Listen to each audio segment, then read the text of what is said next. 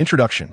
In a realm reminiscent of the Game of Thrones, Ryan finds himself traversing this world, beginning his journey by rescuing Daenerys Targaryen, thus becoming her cherished light. Soon after, a system activates, presenting him with an array of tools and abilities at his disposal.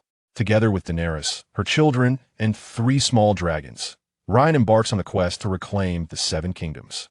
With Cersei's betrayal and the looming threat of the giant crossbows besieging the city, he transforms into the fearsome Balerion, reducing King's Landing to ashes. In the north, amidst treachery, as the White Walkers advance, he morphs into a divine dragon. Chapter 1. The King of Horses approaches Pentos, Daenerys. Across the narrow sea in Pentos, Ryan Targaryen stands before a striking silver-haired girl. The sorrow etched upon her face reveals her discontent in this place. Daenerys, are you well? Ryan inquires with genuine concern. Upon turning to see Ryan, Daenerys conceals her sadness behind a forced smile. I am fine. Illyrio has been exceedingly gracious to us. It is far better than the days of fleeing and hunger. Ryan gently clasps her hands, caressing them tenderly. Yet I see not a trace of joy upon your visage. Since her birth, Daenerys has known only the life of a fugitive, constantly grappling with the necessities of survival while evading the relentless pursuit of assassins from Westeros. One could say that she has never experienced a single day of peace. Ryan leans closer, his lips brushing against her ear as he whispers, "Do you long for home, Daenerys? If this place does not please you, I shall take you away, shall I?" With that, he envelopes her in his embrace. "Ryan, where do you intend to take my sister?" A soft, almost sultry voice drifts in from the hall. It is none other than Daenerys' elder brother, Viserys Targaryen. "I believe I heard you express a desire to take my sister from here." Ryan bows respectfully to Viserys, stating, "Your Grace, as you can see, your sister is not content in her current surroundings. Moreover, we have been guests at Illyrio's estate for over a year. Might it not be time to consider our departure?" Viserys disregards Ryan, striding directly towards Daenerys. "Daenerys, I have splendid news for you. You are soon to become a queen. Illyrio has mentioned that Khal Drogo, the young and unmarried Dothraki leader, seeks a beautiful woman to be his queen. I have pledged you to him." At the mention of queen, a cold glimmer flashes in Ryan's eyes. Viserys has lingered in Pentos for an entire year, clearly awaiting the opportunity to betroth Daenerys to the Horse Lord, in exchange for the means to reclaim his power in Westeros. Daenerys, upon hearing that she is to wed a Dothraki chieftain, is immediately struck by panic. She cast a pleading glance at Lyanna and turned to Viserys, saying, "But brother, you know I have someone I cherish." Upon hearing Daenerys' words, Viserys turned and glared at Lyanna with an ominous expression. "Lyanna, be mindful of your station. In the past, I granted you the Targaryen name only because you saved the lives of my sister and me. Do not forget your place. The lineage of dragons is of such noble stature that only a king is worthy of my sister. Do not presume that Daenerys' affection for you allows you to pursue her, nor should you dare to dream of marrying her." After issuing his warning to Lyanna, Viserys addressed Daenerys. "Daenerys, I shall not dwell on past matters. What is done is done. You are to marry Khal Drogo soon. From this day forth, you are forbidden from engaging in any intimacy with Lyanna. Otherwise, I shall see to his demise." With that, Viserys coldly scoffed at Lyanna and swiftly exited the hall. Observing Daenerys' tear-streaked face, Lyanna realized that she must have another conversation with Viserys. Lyanna then hurriedly followed him outside. "Your Majesty, please wait." Viserys, displeased to see Lyanna pursuing him, replied, "What is it? Your Majesty, marriage is a weighty matter. You may disregard my presence. However, I implore you to respect Daenerys' wishes." Viserys narrowed his eyes at Lyanna, a forced smile gracing his lips. "She is my sister. I shall choose whom she marries." "Respect her wishes? To marry you? What are you to me? Can you help me reclaim the Iron Throne? Moreover, Lyanna, you ought to refer to my sister as Princess Daenerys. Should I hear you call her by her name again, I will have your tongue."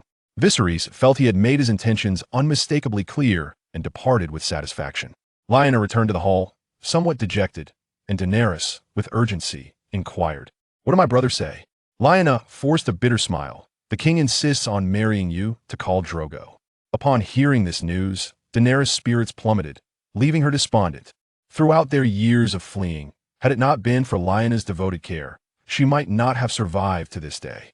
Daenerys' heart, in truth, belonged solely to him. Now, without a word, Viserys sought to wed her to a man she had never even encountered. How could she possibly accept this fate? Yet, what recourse did she have? Ignoring Viserys' earlier admonitions, Lyanna clasped Daenerys' hands firmly and earnestly said, "Daenerys, you might consider meeting Khal Drogo first if he suits you. I shall willingly step aside and bestow my blessings upon you. However, if you harbor any dislike for him, please voice your feelings, even if it offends His Majesty Viserys. I shall certainly protect you." Chapter 2. The System Awakens, the Novice Gift Package. Early the following morning, Illyrio arranged for 2 handmaidens to assist Daenerys with her grooming and adornment. Lyon was acutely aware that Khal Drogo's arrival was imminent. The usually quiet streets were now bustling with people. Today marked the significant occasion of Khal Drogo's visit, and Illyrio could not afford to show any negligence. In addition to fortifying the estate with guards, he had summoned most of the residents of Pentos to line the streets in welcome of the Horse Lord. He intended for Khal Drogo to perceive the weight of his sincerity and the importance of this meeting. Otherwise, should Khal Drogo become displeased, his 40,000 fierce warriors could easily lay waste to Pentos in an instant. The appointed time for the meeting had long since arrived, yet Viserys remained anxious as Khal Drogo had yet to make an appearance. He paced restlessly in the courtyard, fretting over the possibility of Khal Drogo changing his mind at the last moment. Illyrio observed Viserys' agitation and reminded him that the Horse Lords were not known for their punctuality, urging him to keep his composure. After a while, the sound of hooves echoed, and several mounted figures finally surged through the gates of the estate. The foremost rider was imposing and rugged, exuding an aura of primal strength. Illyrio leaned towards Viserys and whispered, "The man in the lead is Khal Drogo. The 3 behind him are his blood riders." Khal Drogo leads the Khalasar of the largest Dothraki clan, boasting nearly 40,000 fierce warriors. As Khal Drogo reined in his horse, Illyrio began to enthusiastically introduce Viserys and Daenerys to him. He then guided Daenerys forward for Khal Drogo to examine closely. Daenerys looked resplendent today. Her silver hair cascaded over her shoulders and down her back, radiating a sense of purity. She wore a light purple sheer gown, adorned at the shoulders with dragon motifs representing House Targaryen. Her curvaceous form was tantalizingly hinted at beneath the fabric. However, the expression on Daenerys' face was far from pleasant. After a brief moment of silence, Khal Drogo simply turned and rode away without uttering a word. Lyon, observing from the back, witnessed the entire exchange. Once Khal Drogo departed, Illyrio and Viserys strolled along the seaside in the backyard, contemplating when Daenerys might be wed. Meanwhile, Lyon remained silently by Daenerys' side. Having met the man, the most crucial matter now was Daenerys' own feelings on the situation. As Viserys and Illyrio engaged in animated conversation ahead, Daenerys suddenly spoke up. "I do not wish to marry Khal Drogo. I detest the way he gazes at me as though I am mere merchandise. I only want to go home." Upon hearing these words, Viserys immediately halted his steps and gazed at Daenerys. "Dany, I too yearn to return home. Yet our homeland has been seized from us. The wretches of Westeros, each one seeks our demise. Dear sister, pray tell, how shall we return? To reclaim our home, we must march back with an army, leading the forces of Khal Drogo. If need be, I would consent to have his 40,000 warriors share your bed, even their steeds." At this, Daenerys felt a rush of indignation, her breath quickening and her body trembling. Upon hearing Daenerys reveal her true feelings and witnessing Viserys utter such shameless words, Rhaen determined that, come what may, Daenerys must not wed Khal Drogo. In that moment, a cold, mechanical voice echoed in his mind. Ding! The Conqueror system has been activated. Host, the main quest has been triggered. Choice 1. Allow Daenerys to marry the Horse Lord, and the host shall acquire the title of Green-Haired Turtle. System will shut down. Choice 2.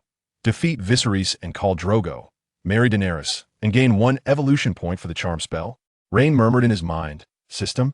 He was, in truth, a transmigrator. He had been in the world of Game of Thrones for nearly 2 decades. As a former enthusiast of web literature, how could he be unaware of such systems? A system is an indispensable golden finger for transmigrators, akin to a bug-like existence. After years in the realm of Game of Thrones, Rhaen had long since given up hope of activating the system. Who would have thought the system would finally awaken today? He pondered. Daenerys was so stunning. Moreover, she had always harbored feelings for Rhaen. Was there any room for hesitation? I choose 2. I shall marry Daenerys myself. Rhaen responded to the system in his mind. Ding. The host has made a selection. The system is binding. Ding. The novice gift package has been issued. Would you like to open it now? Open the novice gift package. Rhaen replied. Ding. The novice gift package has been opened. Congratulations, host. You have acquired 12 charms. The 12 charms have been integrated into the host's body, and their magical powers may be wielded at will. If necessary, the host can also extract them externally through sheer will. Upon hearing this, Rhaen was filled with immense joy. He recognized the 12 charms from a past anime. They were magical artifacts capable of bestowing the wielder with extraordinary abilities and immense power. Most importantly, the magical potency of the charms would never diminish, and their use would not incur any side effects. In the low-magic world of Game of Thrones, the capabilities of these charms could only be deemed miraculous. Chapter 3. Daenerys' Pregnancy. The King of the Mountain returns. The miracle can be utilized infinitely. How could Ryan not be exhilarated? Although it seemed that a long time had passed since the system activated, in reality, only mere seconds had elapsed. At that moment, Daenerys, who stood beside Ryan, remained in a state of shock after Viserys uttered those incredulous words. In Daenerys' heart, the brother who once cared for her had, unbeknownst to her, undergone a transformation.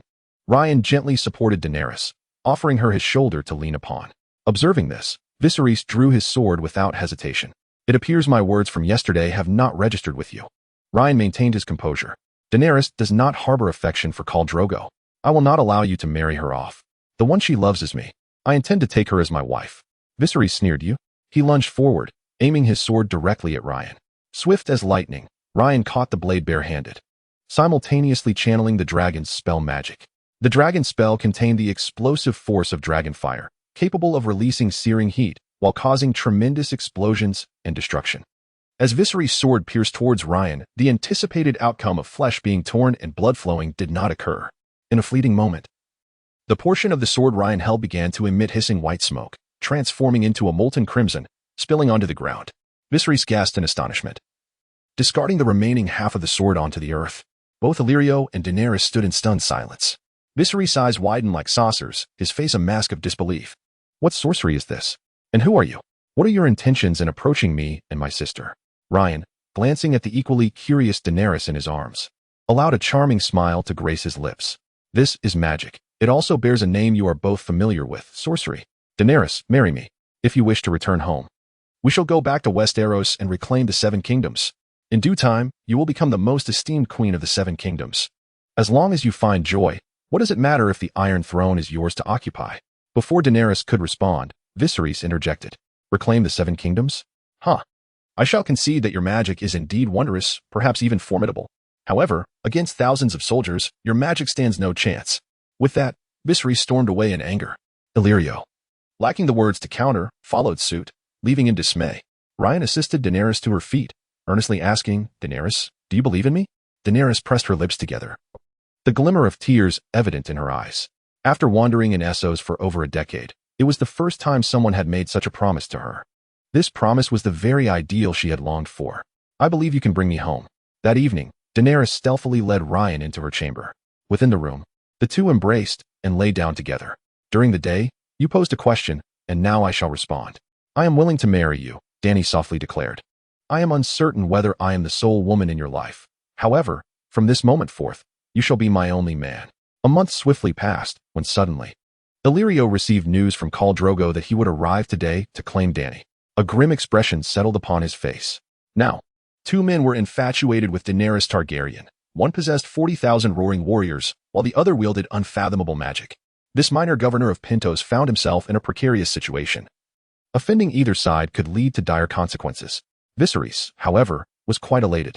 He had initially believed the marriage was doomed, but now, hearing that Khal Drogo intended to take Dany, his spirits soared. His army would have a new lease on life. How could he not be thrilled? He could leverage Khal Drogo's arrival to deal with Renly, achieving two objectives with one stroke. He held no faith in Renly's magic posing any threat to Khal Drogo's formidable forces. Viserys hurried to Dany's chamber, bursting in without so much as a knock. It was only upon entering that he realized Dany was not alone. Rhaen was also present. Daunted by the presence of the magical Rhaen, Viserys approached Dany, brimming with excitement. Dany, Khal Drogo has arrived in Pentos with a great wealth of gold and livestock to marry you. You are on the verge of becoming the Khaleesi of the Great Grass Sea. Dany's expression was one of confusion. It had been a month since their last encounter. She had assumed that Khal Drogo was dissatisfied with her and had long since returned to the Dothraki Sea. To her surprise, he had been preparing a bride price. Brother, I have already told you, I do not favor Khal Drogo. Moreover, Rhaen and I have already formed a bond. Dany tugged at her clothing, revealing a slightly prominent abdomen. Viserys, upon observing Dany's rounded belly and catching Rhaen's nod, felt a surge of rage. No, no, Dany, you must marry Khal Drogo. You are my only hope of reclaiming the Iron Throne. For this moment, I have waited over a decade. No one shall hinder my return to Westeros. Chapter 4, Viserys. The discarded, Rhaen's mockery Viserys was plunged into despair. After a series of anguished roars, he drew a dagger and lunged madly towards Dany's abdomen. You wretched girl. You have ruined everything. It is all your fault. Die. As the dagger neared its target, a beam of light from Rhaen's direction struck Viserys, transforming him into a white mouse. The dagger clattered to the ground. Rhaen picked up the mouse and presented it to Dany. He sought to harm our child. I should have dealt with him directly. However, considering he is your brother, I leave the task to you, Rhaen declared before exiting the room.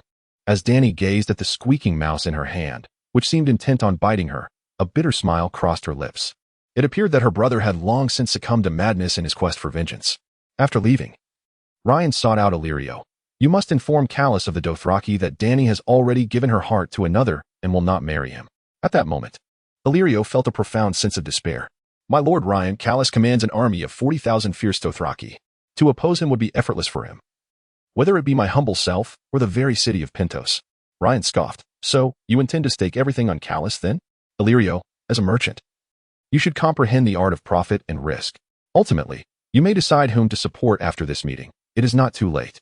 Oh, and there is one more thing I must convey.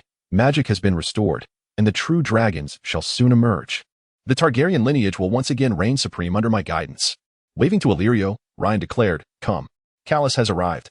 Illyrio and Ryan made their way to the courtyard, where they found themselves surrounded by mounted Dothraki warriors, numbering no less than 200. In other words, if Khals were to discover that he could not wed Daenerys today, Illyrio's estate would surely run red with blood. However, with the system awakened, Ryan regarded this with indifference. Absurd. In the future, he intended to conquer the entire world. As Khals entered the courtyard, he found no sign of his bride-to-be. He immediately questioned Illyrio in Dothraki. Where is Daenerys? Where is my queen? Illyrio, translate for me. Relay my exact words to him. Ryan instructed Illyrio. Rest assured, I shall ensure your safety. Illyrio, resigned, steeled himself and conveyed Ryan's message to Khals. True to his reputation as the leader of the largest Khalasar, Khalas's temper flared before Illyrio could even finish translating, unleashing a torrent of curses. What did he say, Illyrio? Khals fumed upon hearing that Daenerys was already enamored with another. He demands a duel with you, vowing to slay you like livestock and then take Daenerys for himself. This revelation did not surprise Ryan in the slightest. The Dothraki were inherently savage, resembling the Ironborn in their ways, never laboring for sustenance, but seizing what they desired. It was hardly unusual for Khals to covet a woman who spurned him and attempt to forcibly take her back. Such was the nature of his people. Ding. Side quest activated. Accept Khalas's challenge to a duel. Reward. Mastery of the Dothraki language. Decline Khalas's challenge. Punishment. None. With the power of magical runes at his disposal, Ryan felt no trepidation, even in the face of the Night King himself. Moreover, a mere horse lord. I accept his challenge. Embracing the task, I am now imparting the Dothraki language to the host. In the next instant, a wealth of knowledge regarding the Dothraki tongue surged into Ryan's mind. What once seemed obscure and convoluted, the Dothraki language, soon became as familiar to Ryan as his own mother tongue. Upon confirming Ryan's acceptance of the challenge, Kajoho's face broke into a sinister smile. Dismounting, he brandished his curved blade and charged at Ryan. Dany, hearing the commotion from her chamber, peered out the window to witness the duel. She was not concerned about Ryan's potential defeat. She had already witnessed his magical prowess firsthand. No matter how ferocious the horse tribe might be, they could not possibly stand against magic. Her sole worry was that, in the event of Kajoho's failure, he might unleash his 40,000 warriors to commit unspeakable acts. After all, no matter how formidable magic may be, Dany did not believe Ryan could contend with 40,000 roaring warriors. Observing the ferocious Kajoho, Ryan remained calm and unhurried, drawing forth a small fruit knife to confront the curved blade. He then spoke to Kajoho in the newly acquired Dothraki language. If I lose, you may do as you wish with me, but if you lose, I shall merely cut off your braid. What say you? Upon hearing this, the Horse Lord was incensed. Whether it was the pretense of ignorance regarding the Dothraki language or the fact that he was confronting him with a simple knife. Along with the disproportionate terms of their duel, everything appeared to him as a blatant mockery, a humiliation that could only be absolved by Ryan's blood and head. Kajoho, like a rabid wild dog, launched a frenzied attack on Ryan with his curved blade. However, empowered by the rabbit charm, Ryan seemed to glide effortlessly, always evading Kajoho's strikes before they could land. The small knife in his hand occasionally left a mark upon Kajoho's skin. Soon, Kajoho bore not a single unscathed patch of flesh, and Ryan, having grown weary of the sport, decided it was time to conclude. Chapter 5. The Fall of Kajoho. Subjugation of the Blood Followers. Kajoho soon realized that Ryan was merely toying with him. Yet, no matter how fervently he fought, he could not even graze Ryan, let alone touch his garments. His frenzied assaults, once viewed as valiant by his followers, had devolved into the desperate flailing of a cornered beast. Following another powerful swing, Ryan extended his left foot, effortlessly tripping him. In the next moment, Ryan severed Kajoho's braid, a symbol of his honor. A chorus of derision erupted from the Dothraki crowd. Ryan brandished the Horse Lord's long braid, swinging it back and forth before finally casting it at his feet. "You have lost, Kajoho. I have claimed your braid. May we conclude this duel now?" With that, Ryan smiled and extended his hand toward Kajoho. Khal Drogo, as the chieftain of the largest Khalasar of the Dothraki, exuded a sense of pride and arrogance befitting a king. From the moment he became a warrior, he had never known defeat in combat challenges. He could accept that Daenerys did not harbor feelings for him, but he could not bear the thought of failing in battle. Even more intolerable was the idea of his braid being severed by another. To him, having his braid cut during a fight represented the utmost disgrace. At this moment, Lion stood before Khal Drogo, elegantly extending his left hand with a slight bow, mere inches away. If Khal Drogo were to strike, it would be a simple matter to slice Lion's throat with his curved blade. Under the weight of previous provocations, Khal Drogo had momentarily forgotten the honor of the Dothraki and the dignity that came with being the Horse Lord. His mind was singularly focused on one thought: to kill Lion by whatever means necessary. Feigning compliance with one hand, Khal Drogo's other hand tightened around his curved blade, launching a sudden and unexpected strike towards Lion's neck. The Dothraki's scimitar was incredibly sharp, slicing through flesh with the same ease as cutting through cabbage. Moreover, since Lion had already been seized by one of Khal Drogo's hands, he believed there was no way this blow could be evaded. Lion was doomed. A chorus of disdainful murmurs emerged from the entourage. The Dothraki were a people who placed great importance on honor. Their battles were always determined by strength, eschewing the tactics of ambush. To them, deception and treachery were tricks employed only by women and children. Thus, even if the Horse Lord were to win this fight, he would earn no respect from his followers. Unbeknownst to him, this was precisely what Lion had anticipated. As the curved blade drew nearer, a sinister smile crept across Khal Drogo's face. He was eager to witness the expression of the man who had humiliated him on multiple occasions in his final moments. Would he be panic-stricken, weeping, terrified, perhaps even paralyzed with fear? However, Khal Drogo was met with disappointment. Despite the blade being mere inches from Lion's neck, the latter still wore that same smile from moments prior. Then, a more terrifying occurrence unfolded. When the blade struck Lion's neck, it halted abruptly. Unable to advance even a fraction further, Khal Drogo's full-force ambush had failed to even breach Lion's skin. The crowd of Dothraki, who had gathered to witness the spectacle, fell into a stunned silence. Lion's objective had been achieved. From that moment onward, Khal Drogo was rendered irrelevant.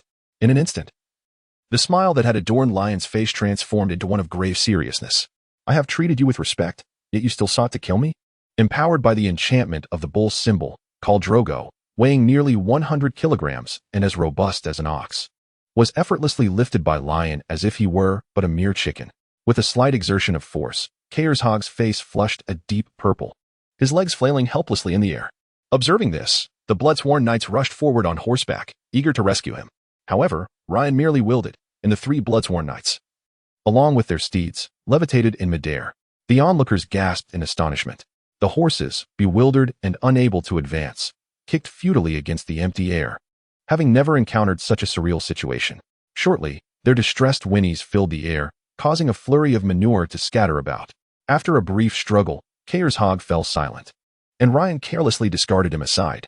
At this moment, apart from the blood-sworn knights still suspended above, the remaining Dothraki riders, including Illyrio, knelt in submission. The power Ryan exhibited had transcended their understanding. They could conceive of no alternative but to yield. Once the blood-sworn knights were lowered, Ryan clapped his hands. signaling for everyone to rise and heed his words. Caershaug is dead. I treated him sincerely, yet he resorted to treachery in an attempt to take my life. His demise is not only certain, but also dishonorable. There is no glory to be had. Therefore, blood-sworn knights of Caershaug, you need not fight and die for the oath you once swore to him. The Dothraki revere strength, and I have proven my worth. Now, I accept your fealty. In principle, the blood-sworn knights were expected to perish should Caershaug fall in battle. However, at this nascent stage, Ryan had no desire to squander his forces. After a moment of hesitation, the three blood-sworn knights ultimately succumbed to Ryan's extraordinary power, kneeling to pledge their loyalty. You shall be the first of my valiant warriors, and henceforth you will accompany me in conquering the world. Thus, all of Caershaug's attendants were absorbed into Ryan's ranks. Chapter 6. A Grand Wedding. Illyrio's offering Ryan allocated half of the 200 Dothraki warriors to protect Daenerys, while the other half was entrusted to Illyrio for his temporary command.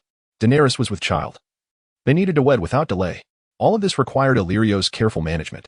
Though Caershaug had met his end, the bride price he brought could not go to waste, as it represented substantial wealth. At that moment, Illyrio was busy directing the others to transport gold and livestock from the courtyard to the house. The lively scene of the estate stood in stark contrast to the desolate body of Caershaug nearby. Ryan called out to him, "Summon 2 men and ensure Caershaug's body is cremated according to Dothraki customs." Illyrio bowed respectfully. "Yes, I shall attend to it immediately, Your Majesty." Ryan smiled and replied, "Did you just refer to me as Your Majesty?" "Indeed. Is there a problem with that, Your Majesty? You should know that although I bear the name Targaryen, I am not of the dragon lineage." "Of course, I am aware of this. Why do you address me thus?" Illyrio inquired, his face betraying the shrewdness characteristic of a merchant, a sheepish smile gracing his lips. "Your Majesty urged me to discern the situation and recognize my choices. Now, I have made my decision." Upon hearing this, Ryan advised, "The marriage between myself and Daenerys must be arranged post-haste. I trust you will attend to this matter with utmost diligence." With that, Ryan entered the chamber, approaching Daenerys' room. Daenerys Targaryen sat vacantly beside the hearth, her expression eerily serene. Ryan gently enveloped her in his embrace. "My dear, what troubles you? Where is your brother?" "He is dead," Daenerys replied, her gaze fixated on a charred piece of wood resembling a mouse within the flames. "Moreover, he is no longer my brother. The moment he raised his blade against me, I lost any claim to him. I have also realized he is not a true dragon, for true dragons fear not the fire." Ryan playfully pinched Daenerys' nose and, with a bold gesture, plunged his hand into the hearth, retrieving a glowing ember. "Indeed, he is not a true dragon, for the real dragon resides in my arms at this very moment." At Ryan's prompting, Daenerys cautiously accepted the red-hot ember from his grasp. To her astonishment, the searing heat failed to inflict any harm upon her. In Ryan's embrace, she toyed with the piece of charcoal like a carefree child of 3, reveling in the moment. "By the way, I have delightful news to share." Daenerys paused her play, fixing her serious gaze upon Ryan. "Tomorrow, we shall wed. For now, we remain in Essos. I must ask you to endure this slight inconvenience. Once we return to Westeros, I promise to arrange a grand wedding celebration for you." Upon hearing this, Daenerys' cheeks flushed with joy, her happiness radiating. "I shall heed your wishes. As long as I am with you, any arrangement will suffice." That night, after Daenerys had drifted into slumber, Ryan pondered why the reward for the main quest had yet to be dispensed. Both Viserys and the King of Maegor had perished, and tomorrow he was to marry Daenerys. Logically, the quest should now be deemed complete. "System," Ryan silently intoned. "Ding. Host, I am here. Claim the reward for the main quest." Ding. It has been detected that the host has yet to wed Daenerys. The quest remains incomplete, and the reward cannot be claimed. Ryan's expression darkened. "But we already have a child together. Surely, the marriage is a mere formality." Regardless of Ryan's arguments, the system maintained its stance, deeming the quest unfinished and withholding the reward. The following day, Illyrio summoned all the notable figures he could muster from Pentos to witness the union of Ryan and Daenerys.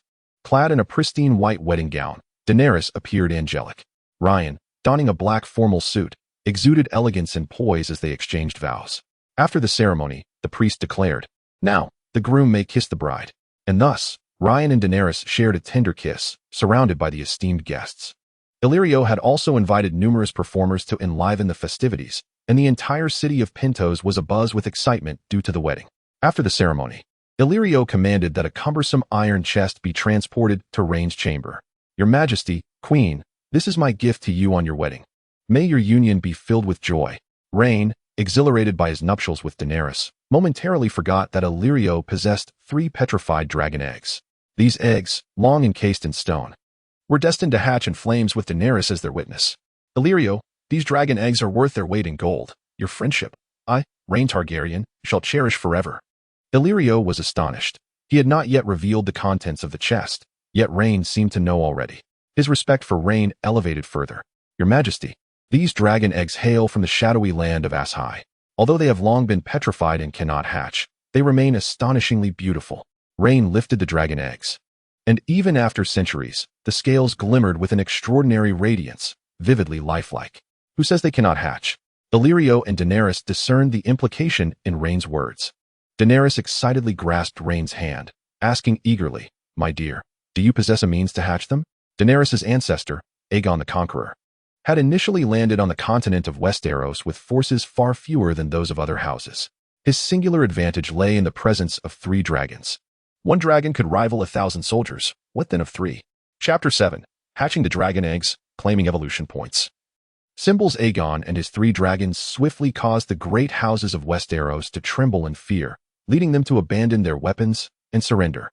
If Rhaen truly had the means to hatch these 3 dragon eggs, reclaiming the 7 kingdoms would no longer be a distant dream. It could be within reach. I, however, do not possess the ability to hatch them. Rhaen suddenly teased. But I believe perhaps you can. He gestured towards Daenerys. Me? How could that be possible? Daenerys shook her head in disbelief. The dragons had been extinct for nearly 200 years, and with them, the art of dragon riding had vanished. How could she possibly hatch them? Rhaen placed his hands on Daenerys' shoulders, speaking earnestly. Listen to me. Daenerys, you are one of the last remnants of the Targaryen bloodline. Trust me, you are the only one capable of hatching them. Seeing Rhaen's earnest expression, devoid of jest, she quietly inquired, What must I do to hatch them? Quite simple. Rhaen replied, The body of a dragon is forged from blood and fire. Daenerys, do you remember the language of House Targaryen? Blood and fire are one. Illyrio, listening from the side, was utterly perplexed. Yet, the astute Daenerys could hardly misinterpret the meaning behind Lyanna's words. She commanded Illyrio, My lord, please find a spacious area and ensure a sufficient supply of firewood. Although Illyrio was unaware of Daenerys' intentions, his efficiency was remarkable. Shortly thereafter, he returned to inform Lyanna that both the wood and the location had been prepared. The site was situated in a secluded garden belonging to Illyrio, expansive and enveloped by towering greenery, ensuring excellent privacy. Lyanna surveyed the area, thoroughly pleased. He approached Illyrio and instructed, Station guards around the perimeter. This ceremony may take considerable time. Moreover, no one is to approach without my command. Those who dare defy this order shall face dire consequences. Yes, your majesty. Illyrio promptly complied, swiftly exiting to orchestrate the encirclement of the garden, guaranteeing that no one could intrude. It was absurd, while Daenerys feared not the flames. Her garments were another matter entirely. Lyanna had no desire for other men to behold her unclad form. He mused, My woman is for my eyes alone. Gently, he assisted Daenerys onto the woodpile, placing 3 dragon eggs alongside her. Daenerys, fear not. Should any issue arise, call for me. I shall remain by your side. We are about to commence, he declared, placing his hand softly upon the pyre, channeling the magical energy of the dragon's spell, which ignited the wood with rapidity. As the flames surged, Daenerys gradually became enveloped in fire. Fortunately, she appeared to experience no discomfort, which brought relief to Lyanna. Thus far, everything unfolded as it did in the narrative of the previous world, progressing steadily toward a favorable outcome. Seizing this moment of respite, Lyanna finally found the opportunity to claim the reward for a prior main quest. System, claim the quest reward. He called out. Ding. Main quest completed. Reward. 1 evolution point for the spell. Note, the spell possesses various powerful abilities and effects, and evolution points can further enhance its capabilities. For instance, the transformation ability of the monkey spell can turn a person or object into various animals. The basic effect alters appearance. The essence remains unchanged, e.g., transforming a person into a bird, yet it cannot fly as it remains fundamentally human, lacking the avian traits necessary for flight. Similarly, transforming into a dragon will not grant the ability to breathe fire. Upon upgrading the monkey spell using evolution points, the intermediate effect allows for transformation, altering appearance while also acquiring the attributes of the transformed entity. With the system's explanation, Lyanna grasped the purpose of the evolution points. In fact, he had eagerly utilized the transformation ability of the monkey spell when he first activated the system and claimed the novice gift pack. Dragons in the narrative often exuded magnificence. He too yearned to soar through the skies, spitting fire upon those who displeased him. However, after Ryan's attempts, he was disheartened to discover that the monkey spell could not transform him into a dragon. The system explained that dragons had been extinct for over 2 centuries, and the current level of the spell was too low to facilitate a transformation into a long-lost creature. This realization sent a shiver down Ryan's spine, invigorating his spirit. At that moment, Daenerys was hatching dragon eggs amidst the flames.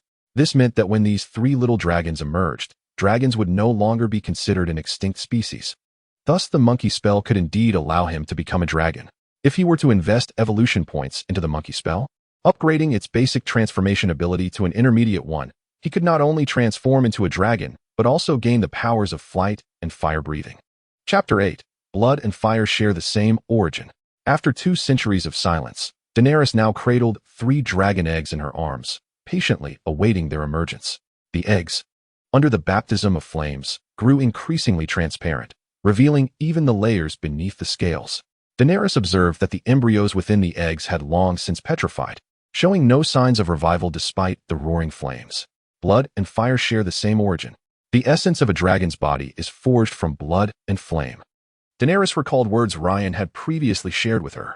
Now that the condition of fire was fulfilled, the only remaining requirement was blood. Could it be that if both fire and blood were present, the embryo within the dragon egg could be resurrected? This thought flashed through Daenerys' mind. The dragon eggs indeed required blood. Dragon blood, specifically the blood of Daenerys, the true-born daughter of dragons. Ryan? Ryan? My dear? At this moment, Ryan was engrossed in the system, and the crackling of the burning wood was too loud for him to hear Daenerys' calls. After several attempts without a response, Daenerys had no choice but to set the dragon eggs aside and rise to seek Ryan. As Ryan looked up, he beheld Daenerys emerging from the flames in her entirety.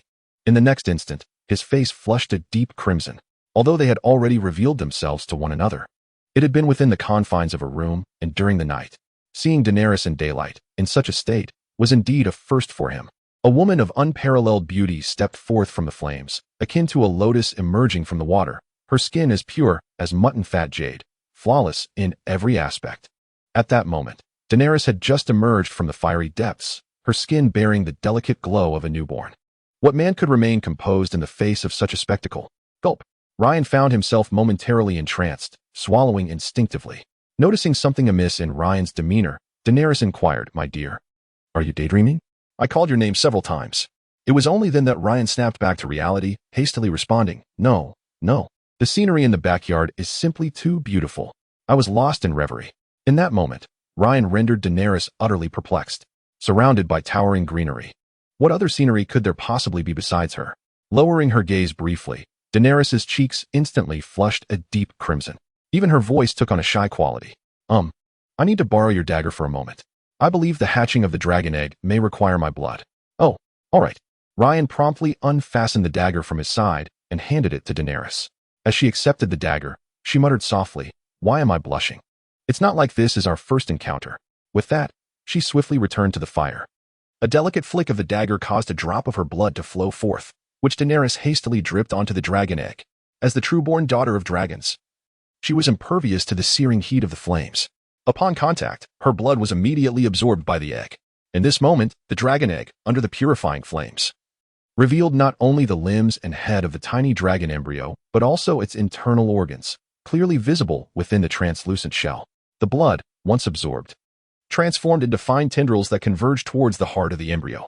After gathering sufficient blood, the previously petrified embryo finally began to pulse with life. Filled with excitement, Daenerys quickly dripped more of her blood onto the other 2 dragon eggs. As anticipated, the additional nourishment revived the other 2 eggs as well. Daenerys let out a sigh of relief, unable to contain her joy as she turned to share the news with Ryan. "Ryan, I succeeded. The dragon eggs have revived." However, her voice, carried by the flames, reached Ryan's ears as a mere whisper.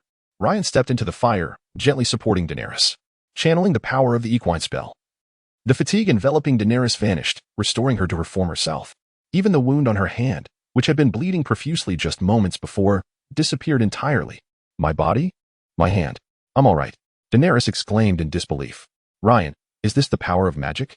Witnessing the arduous effort Daenerys had exerted for the hatching of the dragon eggs, Ryan felt a pang of sympathy.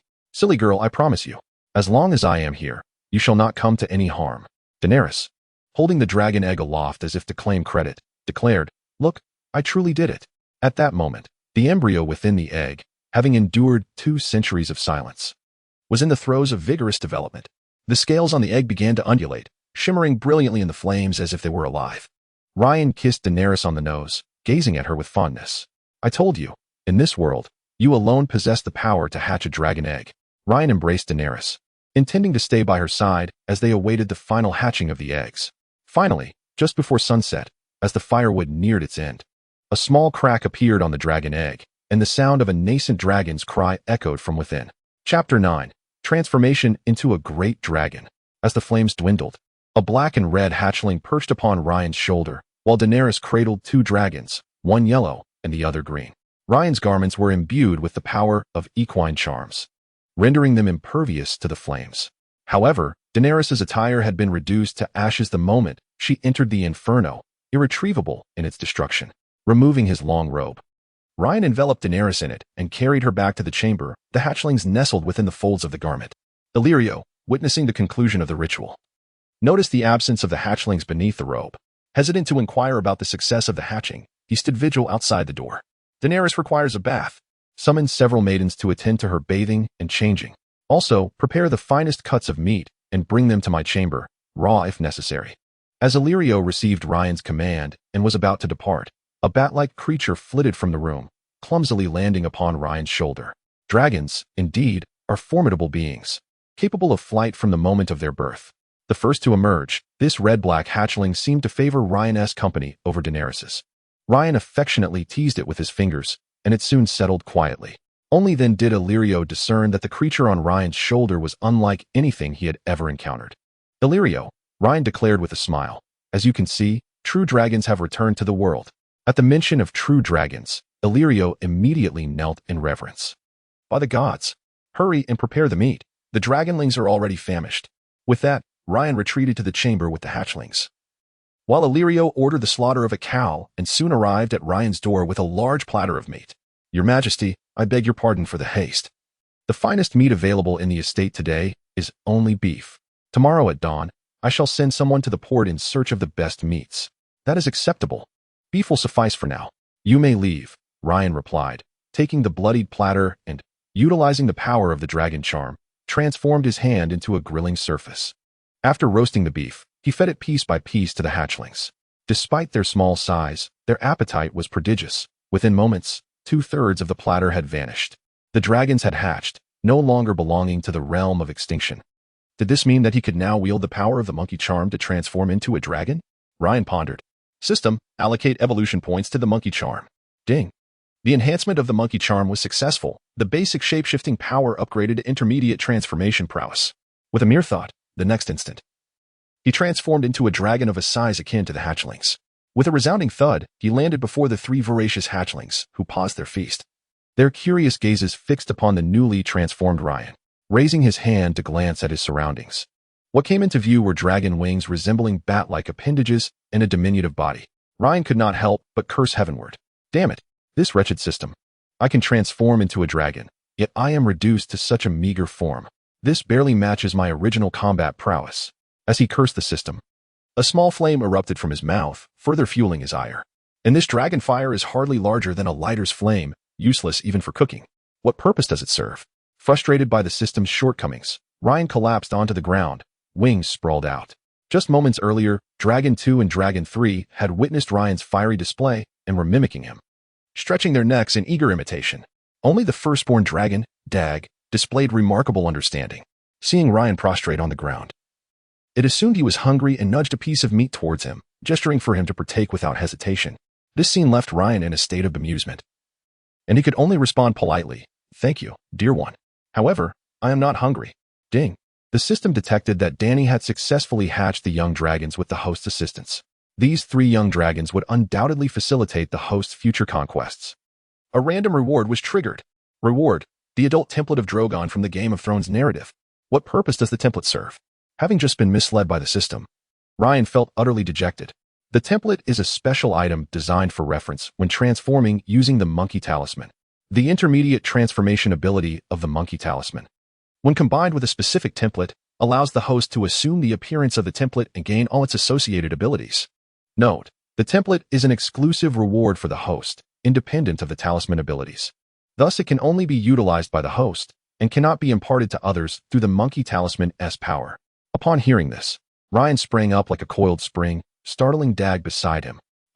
Truly, what one lacks is delivered, he exclaimed. System, I wish to view the template information. He added excitedly. Dragons, as creatures, never cease to grow throughout their lives. The larger they become, the higher the temperature of their flames, and the greater their might. Thus, the adult template of Drogon awarded by the system would only increase in combat prowess as it approached the climax of the narrative. A shimmering projection appeared in Ryan's mind, showcasing Drogon in all his glory, dominating as he scorched a grill. This moment represented Drogon at the height of his power, unparalleled.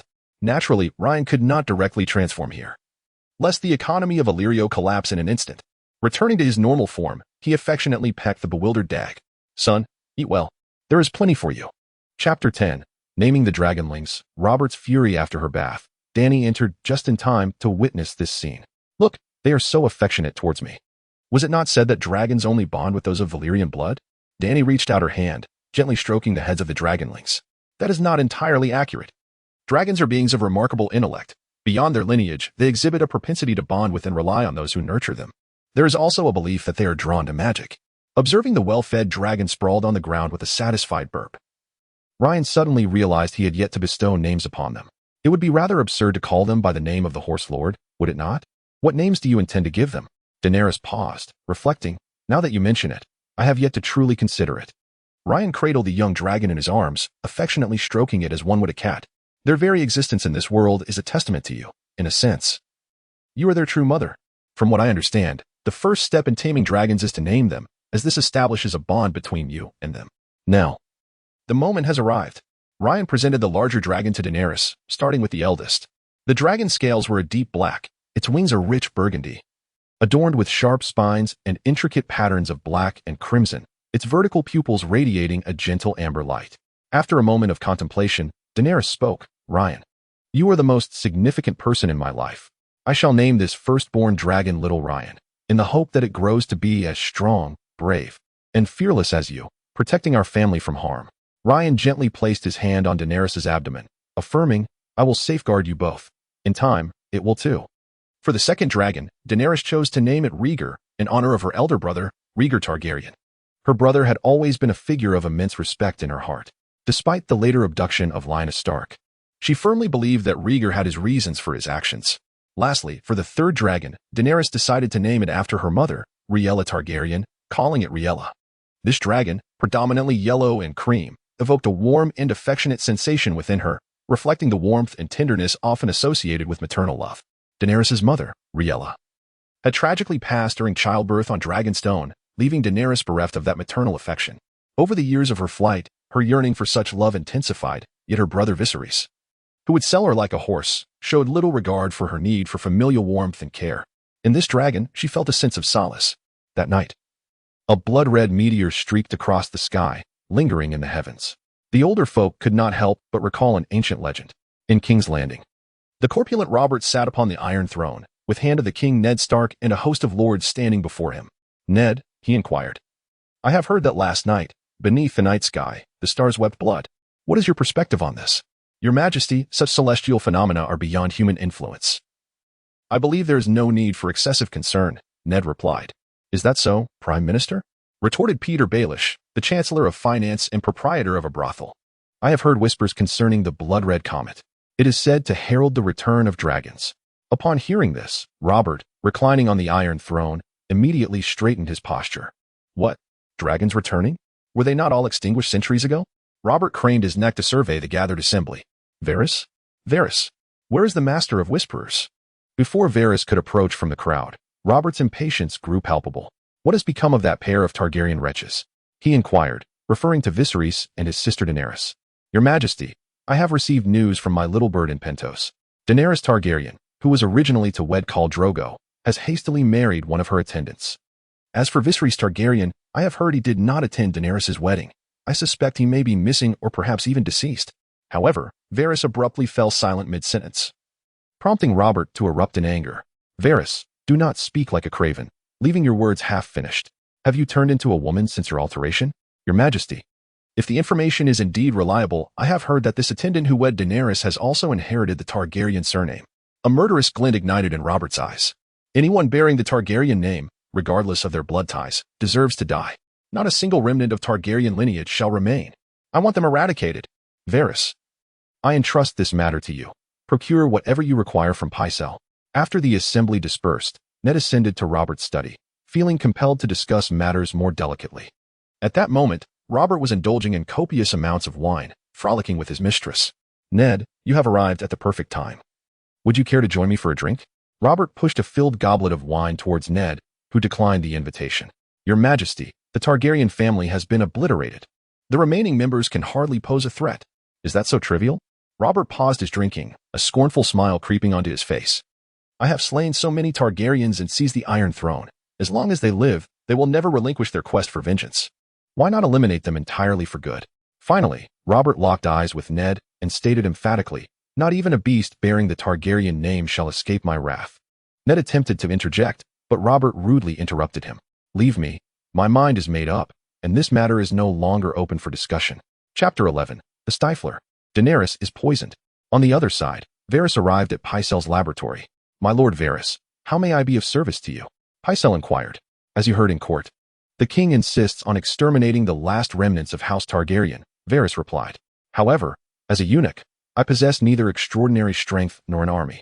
Therefore, I wish to see if you have any effective poisons here. Upon hearing this, Pycelle rose and led him to a tall shelf filled with various vials and jars. Here are the poisons, my Lord Varys. Allow me to introduce them to you.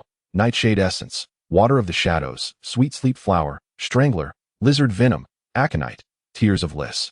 Widow's Blood. After naming the poisons, Pycelle intended to elaborate on their properties, but Varys interrupted him. Master Pycelle, are any of these capable of causing death with ease? Varys inquired.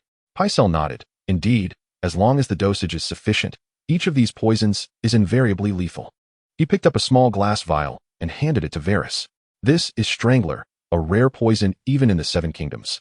With a potent toxicity that acts swiftly, no one, not even a god, could save you once ingested. However, Pycelle's tone shifted as he picked up another vial. If my Lord Varys desires something more discreet, I would recommend the Tears of Bliss. Although it takes time to manifest, its symptoms resemble those of a common ailment, making it difficult for even specialists to diagnose. Varys took the Tears of Bliss from Pycelle, examining the label thoughtfully before suddenly saying, Master Pycelle, I appreciate your generosity. Yet, I recall hearing that the former Prime Minister was well just a day before his demise, only to succumb to an illness that night, with no clear cause of death found.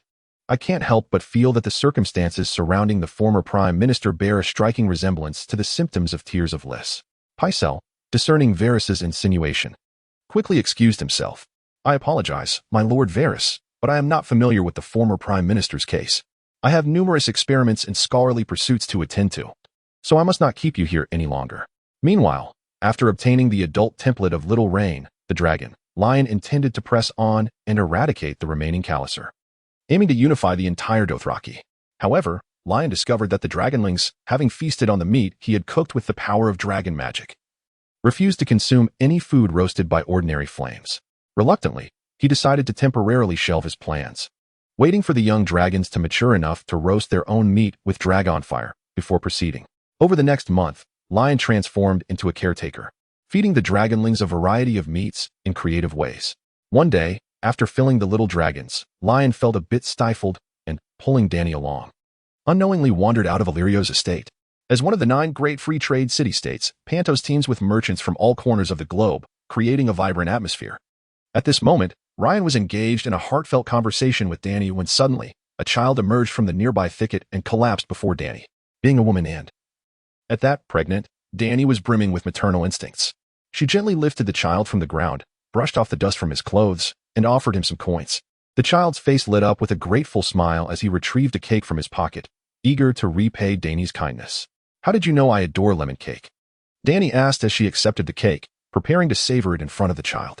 Wait, Ryan interjected, halting Dany's hand mid-motion, his expression turning wary. The child appeared ragged and certainly did not look capable of affording a lemon cake. That cake might be tainted, Dany. It would be wise not to eat it. In this world, the impoverished could barely afford hard, black rye bread, let alone a sweet delicacy such as lemon cake, which was a luxury reserved for the affluent. Upon hearing Ryan's reasoning, Dany began to find merit in his words. Yet, she grappled with the fear of disappointing the child's earnest gesture if the cake were indeed safe. Ryan, well aware of Dany's internal struggle, understood that in her previous life, her indecisiveness had often led to her downfall. She had always believed that her kindness and compassion would ultimately earn her understanding and reciprocation from others. Tragically, it was this very goodness that had caused the demise of those who truly cared for her, culminating in her own untimely death. However, Dany now had Ryan by her side, and he would not allow such tragedies to unfold again. If you wish to eat it, go ahead. I will be right here with you. There is nothing to fear, Ryan assured, taking her hand and secretly enveloping her in the protective power of his talisman. Once the child departed, he promptly led Dany back to the manor. Indeed, shortly after their return, Dany began exhibiting symptoms of poisoning. Blood oozed from her orifices. Her throat felt constricted by an unseen force, and breathing became laborious. What is this? A choking death? Ryan instantly recognized that Dany's symptoms mirrored those that had preceded Joffrey's sudden demise during his wedding, coupled with the earlier encounter with the child. Ryan swiftly deduced that it was Robert, that old scoundrel, who had enlisted Varys to administer the poison. Robert Baratheon and the dead eunuch. It is you, bold villains. Though Dany was protected by the talisman's power of immortality, the agony caused by the poison still tormented her. With ease, Ryan employed the strength of his equine talisman to restore her to normalcy. Ryan, my dear, you knew all along that the cake was compromised, didn't you? Dany was shaken by the close call, yet she realized it was precisely Ryan's intent to impart this lesson. He hopes that after this experience, Dany will grow. He replied to Dany, I was unaware of any issues with the cake. I have merely been cautious. There are countless who wish to see the Targaryens meet their demise. After all, across the narrow sea lies a multitude of our enemies. Upon hearing this, Dany's emotions surged, her eyes igniting with a flame of fury. Why? Why must they treat me this way? Why can they not leave us be? Even if we escape to another continent, even if we commit no heinous acts, they will still seek our lives. Ryan embraced Dany tightly, gently stroking her hair. Dany, kindness and mercy are the most futile virtues in this world. The more benevolent you are, the weaker you become, the more they will grow brazen and seek your destruction. Do you understand? Ryan, prior to activating the system, had deeply felt this truth. Now, endowed with strength, he would no longer be a mere victim. Dany trembled in his arms, overwhelmed with tears. Why? Why? You are all I have left. No, you have me, and you have them. Ryan pointed to the 3 sleeping hatchlings in the cradle, his tone turning icy. Dany, grant me some time. Allow me to deal with the Dothraki first, and then I shall confront them. Chapter 12. Journey to the Dothraki, call to harm his beloved wife. Ryan initially contemplated transforming into a dragon and incinerating King's Landing. However, he swiftly dismissed this notion. Before him lay enough power to protect himself and vanquish foes. There was no need for haste. Capturing and slowly torturing enemies like Robert, who sought to destroy his wife and lineage, would be far more satisfying. So Robert, do not meet your end at the tusks of a wild boar. That would be too merciful, Ryan mused. Upon hearing Ryan's intent to eradicate the Dothraki, Dany's delicate features furrowed with worry. Ryan, my dear husband, I know you were chosen by the gods. Your awakening of magic has already proven this. However, I have heard that the Dothraki boast a collective of over 100,000 roaring warriors. Even with divine power, it may be difficult to vanquish them. We have fought so hard to be together, and we have a child. I do not wish to lose you. Ryan gently cupped Dany's face. Silly girl. Who says you will lose me? I could never bear to leave my beautiful wife a widow. Moreover, I will not perish. The Dothraki may be numerous, yet they reverence the strong. All I need do is eliminate a few Khals. Once the others witness my strength, they will naturally submit. With Khal Drogo's demise, his tribe will surely be seized and divided by other Khals, and if necessary, they may even spark a war among themselves. Apart from Khal Drogon, the Dothraki are governed by 7 other Khals, commanding approximately 70,000 fierce warriors. They roam across the vast expanses of the Dothraki Sea, migrating wherever the grass flourishes. In the eyes of Rain, the Khals are merely a cadre of elite horsemen, leading their respective bands of lesser riders in a chaotic manner. What troubles him somewhat is the endless stretch of grassland, as these horsemen are dispersed, making them difficult to locate. Dealing with them one by one proves to be quite cumbersome. A few days prior, Rain dispatched scouts to monitor the movements of the horse tribes. And they have finally returned with news. In a few days, there will be a gathering of the tribes, where all the Khals shall convene. This presents a splendid opportunity to ensnare them all at once. Excluding Khal Drogon, the remaining Khals possess similar military strengths, rendering them evenly matched. None wish to forfeit the prize of Khal Jorgen's army. Yet once conflict arises, it becomes nearly impossible to determine a victor, leaving all parties with no advantage. Thus, they have resolved to gather peacefully at the city of Vaes Dothrak, located at the foot of the Mother of Mountains, to negotiate the inheritance left by Khal Jorgen. In the ensuing days, Rhaen meticulously arranged all matters and particularly reminded Illyrio to ensure the safety of Daenerys and her dragon's provisions. Only once the food was confirmed free of any issues could it be presented to them. Subsequently, Rhaen set forth for Vaes Dothrak, accompanied by 3 former bloodriders of Khal Jorgen, departing from Pentos. While Pentos lies at the far western edge of Essos, Vaes Dothrak is situated at the easternmost point. Even on horseback, it would require at least 10 days to traverse the distance. Upon exiting the city, Rhaen encountered a vast expanse ahead. He invoked the power of the rabbit sigil to accelerate the 4 horses and employed the horse sigil's magic to ensure they would not tire. The speed of their gallop reached its pinnacle, and the blood riders felt the wind rush past their ears as the scenery around them became a blur, retreating rapidly behind them. By the time they regained their composure, they had arrived before the colossal stone sculpture of the warhorse at the gates of Vaes Dothrak. The admiration of Kaholo, Kaso, and Hago for Rhaen escalated to new heights. In the holy city of the Horse Lords, the carrying of weapons and acts of violence are strictly forbidden. To avoid unnecessary complications, Rhaen rendered their weapons invisible using the power of the snake sigil before entering the city with his companions. Guided by the former blood riders, Rhaen swiftly located the tent where the Khals were convening.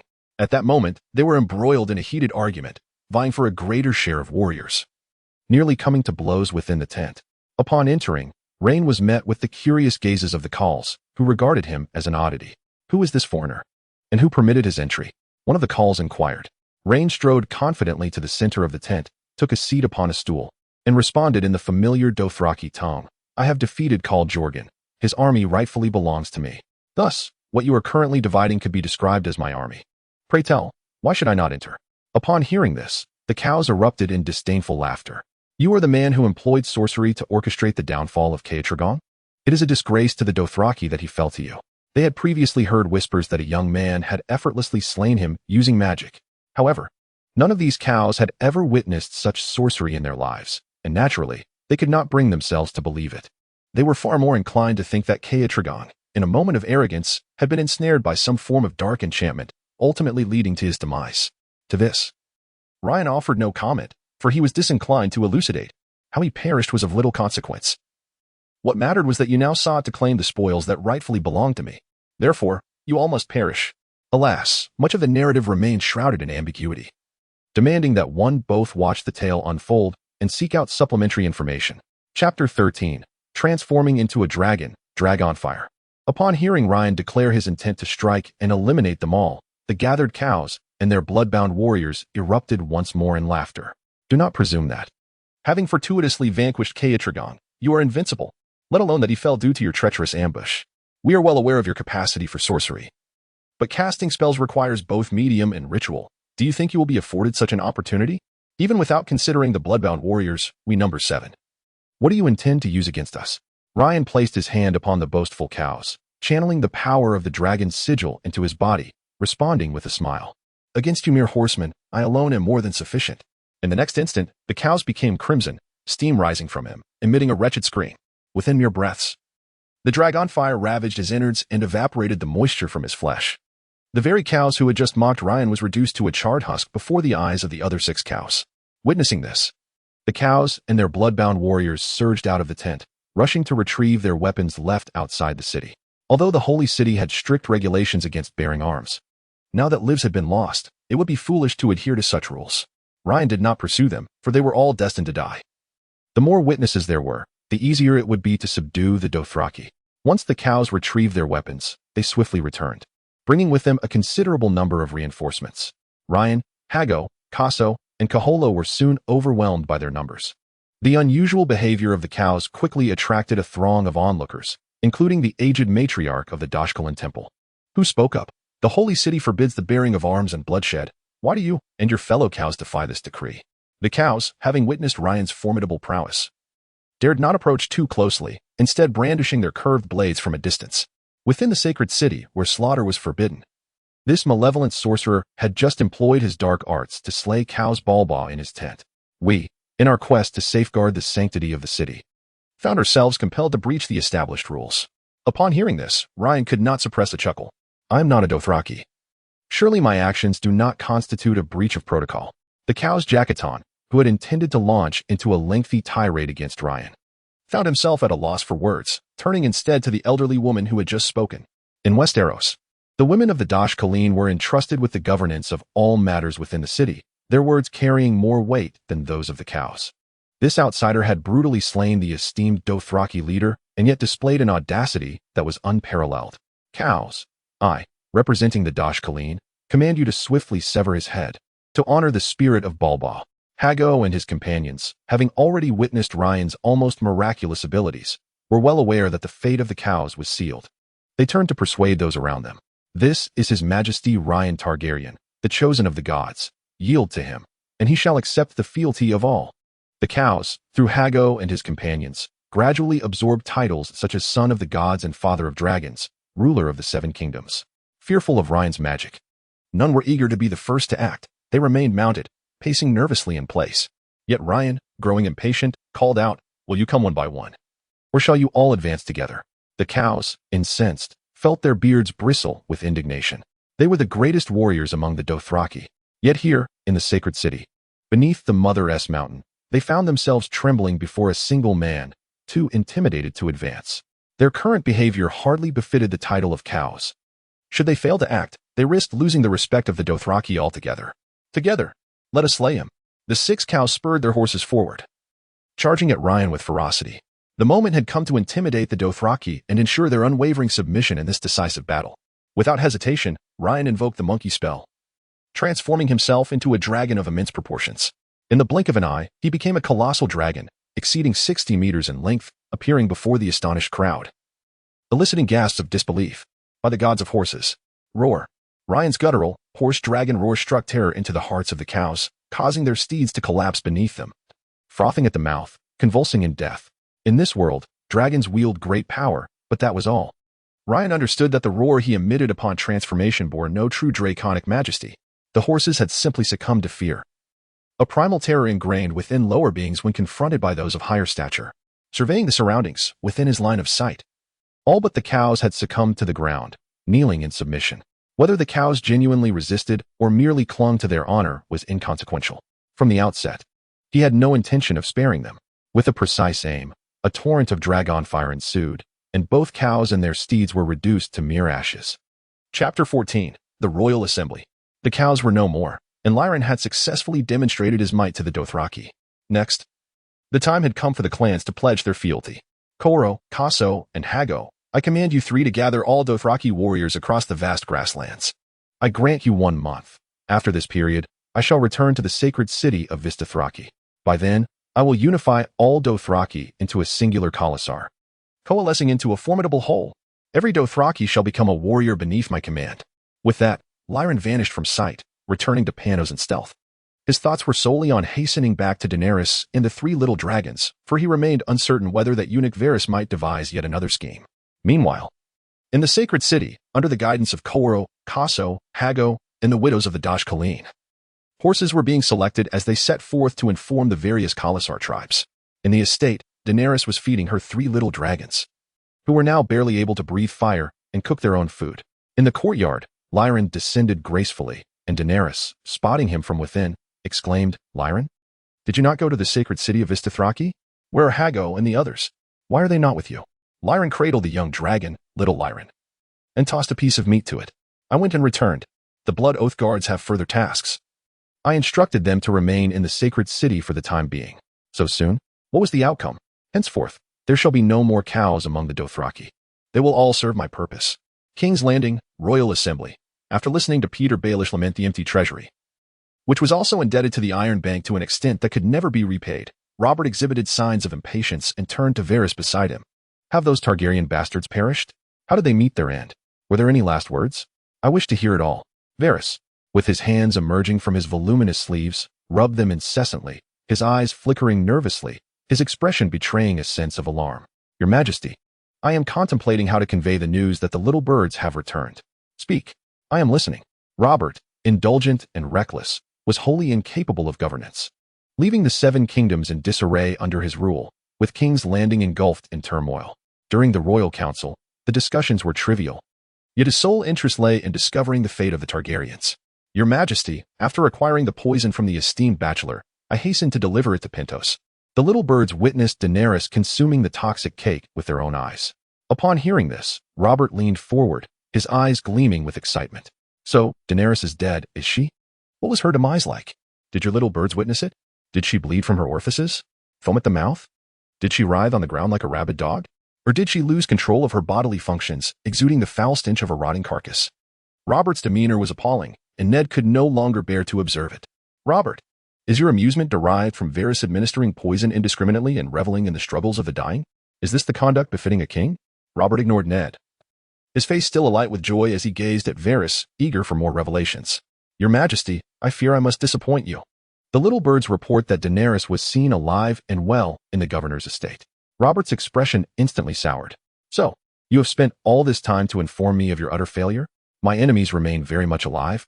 Your Majesty, I am confident in my methods. I wonder if the poison provided by Lord Pycelle was flawed. Pycelle, who had been dozing off during the meeting, was suddenly invigorated by Varys's accusations. Lord Varys, such statements cannot be made lightly. The substances I provided are beyond reproach. You all insist there are no faults. Could it be that the Targaryen girl possesses an antidote? Suddenly, Lancel Lannister, who had been quietly observing, interjected. Lord Lancel. Pycelle swayed as he stood, bowing before launching into an explanation.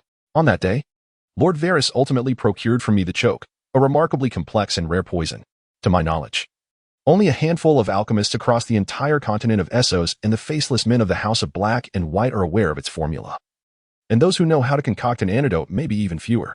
Moreover, the severity of the choke's effects is so terrifying that one might not even have the chance to consume the antidote. Enough. I do not wish to hear this nonsense. Robert slammed his hands on the council table, his fury palpable. What I desire is for those Targaryens to perish swiftly, yet here we are, faced with failure. Your Majesty, Jorah Mormont from the Vale of Westeros has also conveyed a message that I feel compelled to share with you. I do not wish to hear it. Varys, undeterred by Robert's wrath, stood and insisted on speaking. Your Majesty, I fear this message is one you must heed. Do you recall the ancient legend that Lord Peter once mentioned? That rumor is likely not without foundation. In a letter, Jorah Mormont spoke of a young man named Rhaegar Targaryen who transformed into a dragon before his very eyes and incinerated all the Khalasar of the Dothraki. Your Majesty, the dragons have indeed resurfaced. Our greatest fears have come to fruition. It is truly a challenging predicament for the clumsy. Chapter 15. An invitation to Oberyn Martell begone.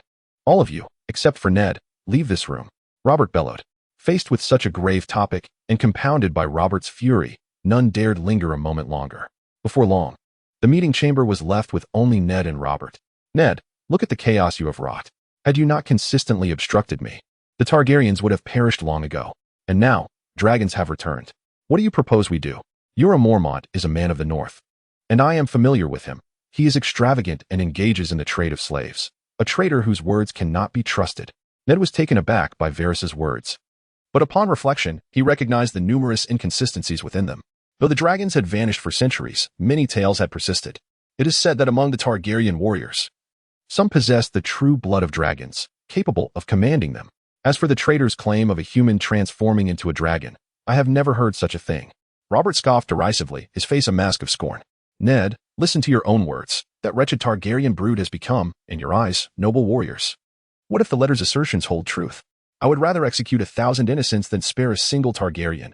Those scoundrels have summoned dragons to battle before. And what do you intend to do? Initiate war over 2 individuals? Ned inquired. If necessary, waging war is not out of the question. Do you know how Aegon maintained order after conquering the 7 kingdoms? Through blood and fear, not mercy. Your misplaced compassion will ultimately lead to your demise. Ned, you were once a wolf, yet now, in my eyes, you have tragically transformed into a submissive sow. Subsequently, a letter penned by Robert was dispatched from King's Landing to Sunspear. In it, Robert extended a heartfelt invitation to House Martell to convene in King's Landing.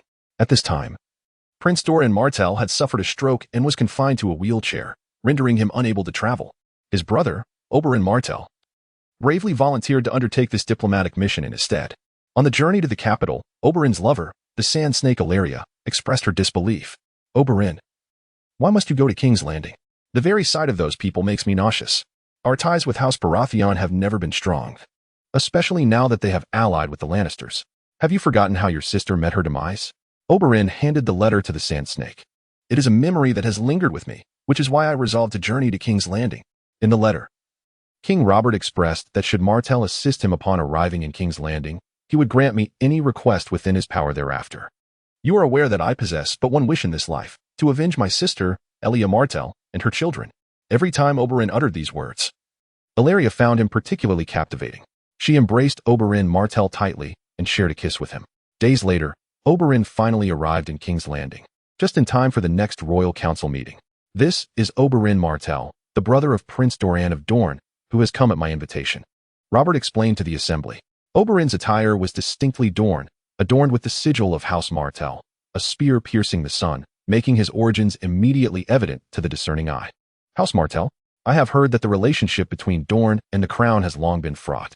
It has been quite some time since a Dornishman graced the table of the royal council. I wonder, your majesty, what prompts this invitation? Ned inquired, a sense of foreboding creeping into his heart. Ned, mind your tone, Robert admonished him. The invitation to House Martell is predicated upon one reason alone. In the annals of the Seven Kingdoms, only Dorne has experienced the slaying of dragons. I intend to leverage the Martell's expertise, along with my own forces, to wage war against Pentos. Oberyn was taken aback by this declaration. After all, the extinction of dragons was a well-known fact. Robert's sudden proclamation would certainly raise eyebrows.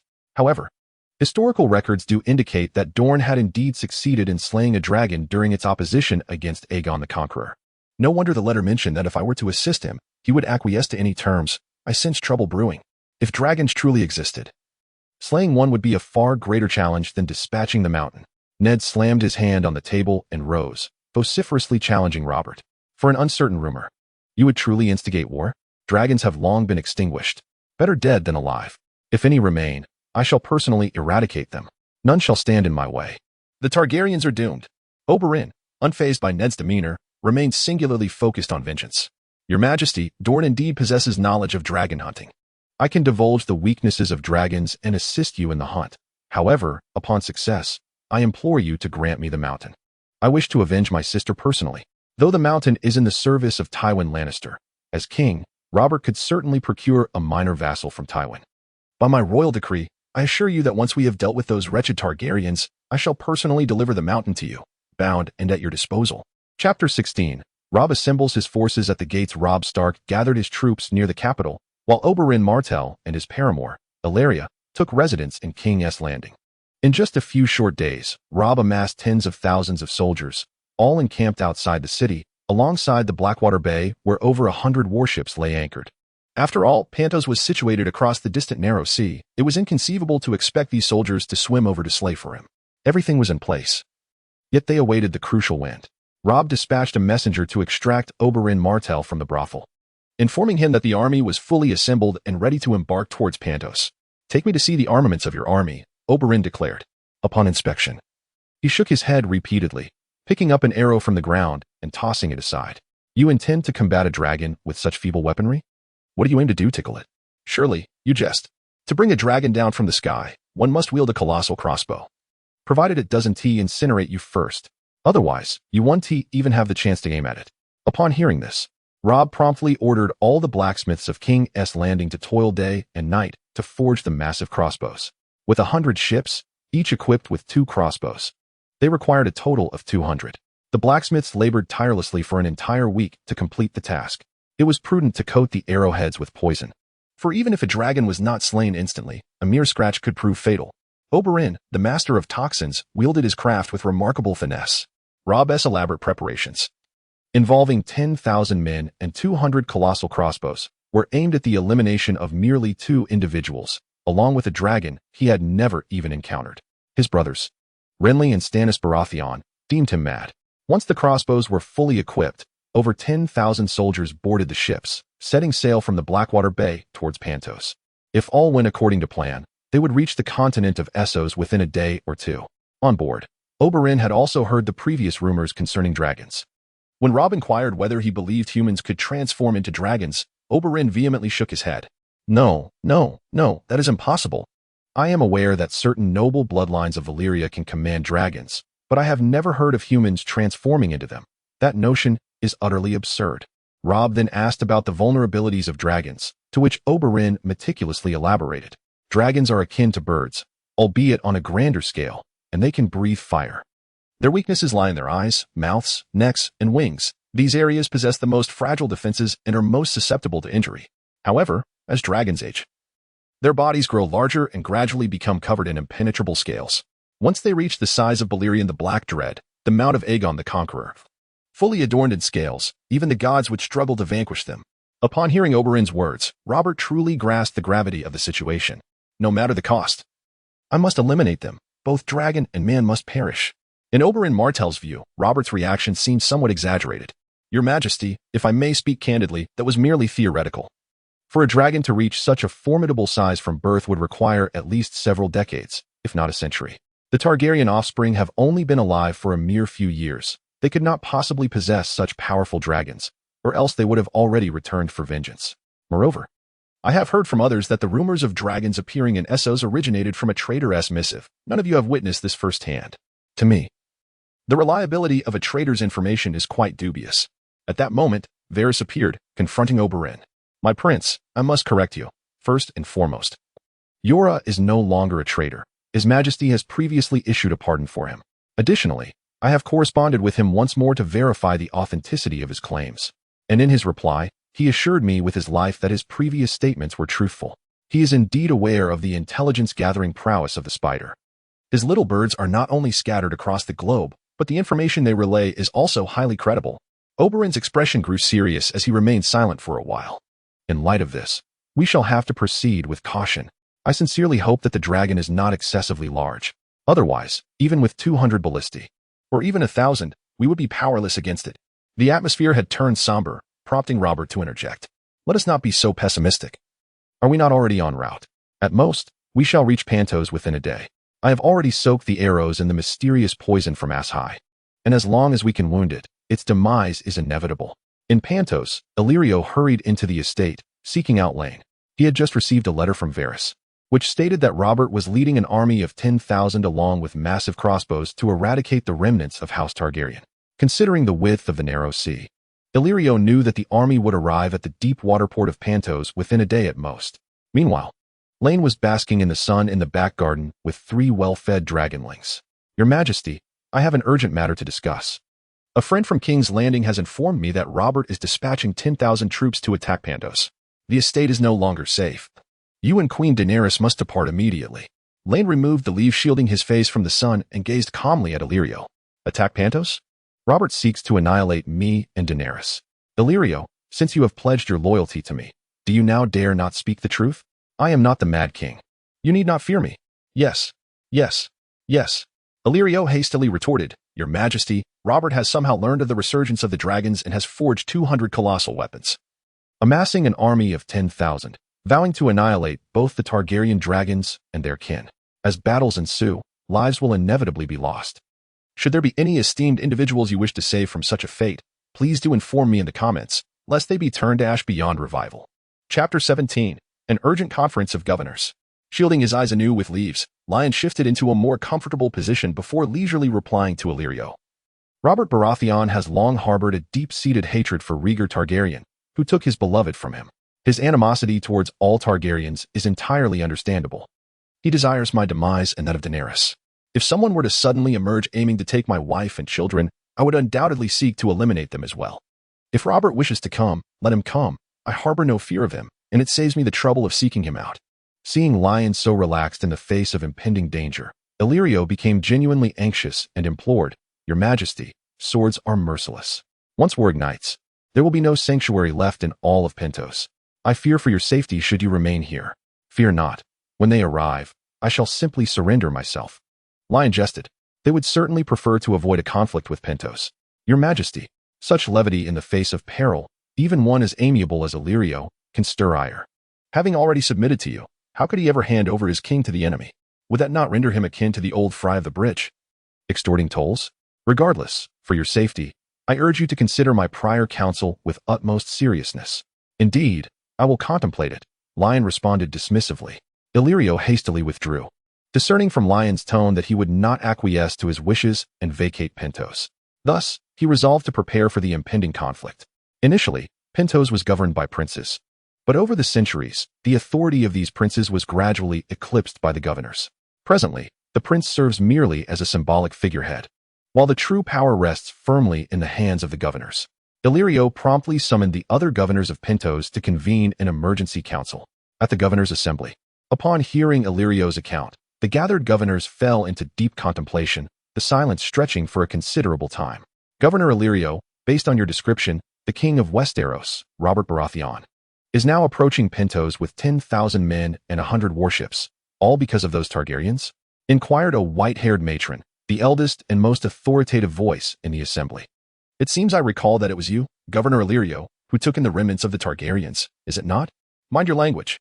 Out of respect for your esteemed position, I hold you in high regard, Governor Barbara, yet that does not grant you the liberty to insult my king.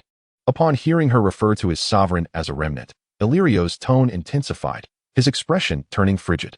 Look, in this peaceful and prosperous free city-state, Governor Illyrio has even gone so far as to appoint himself a king. Another governor scoffed.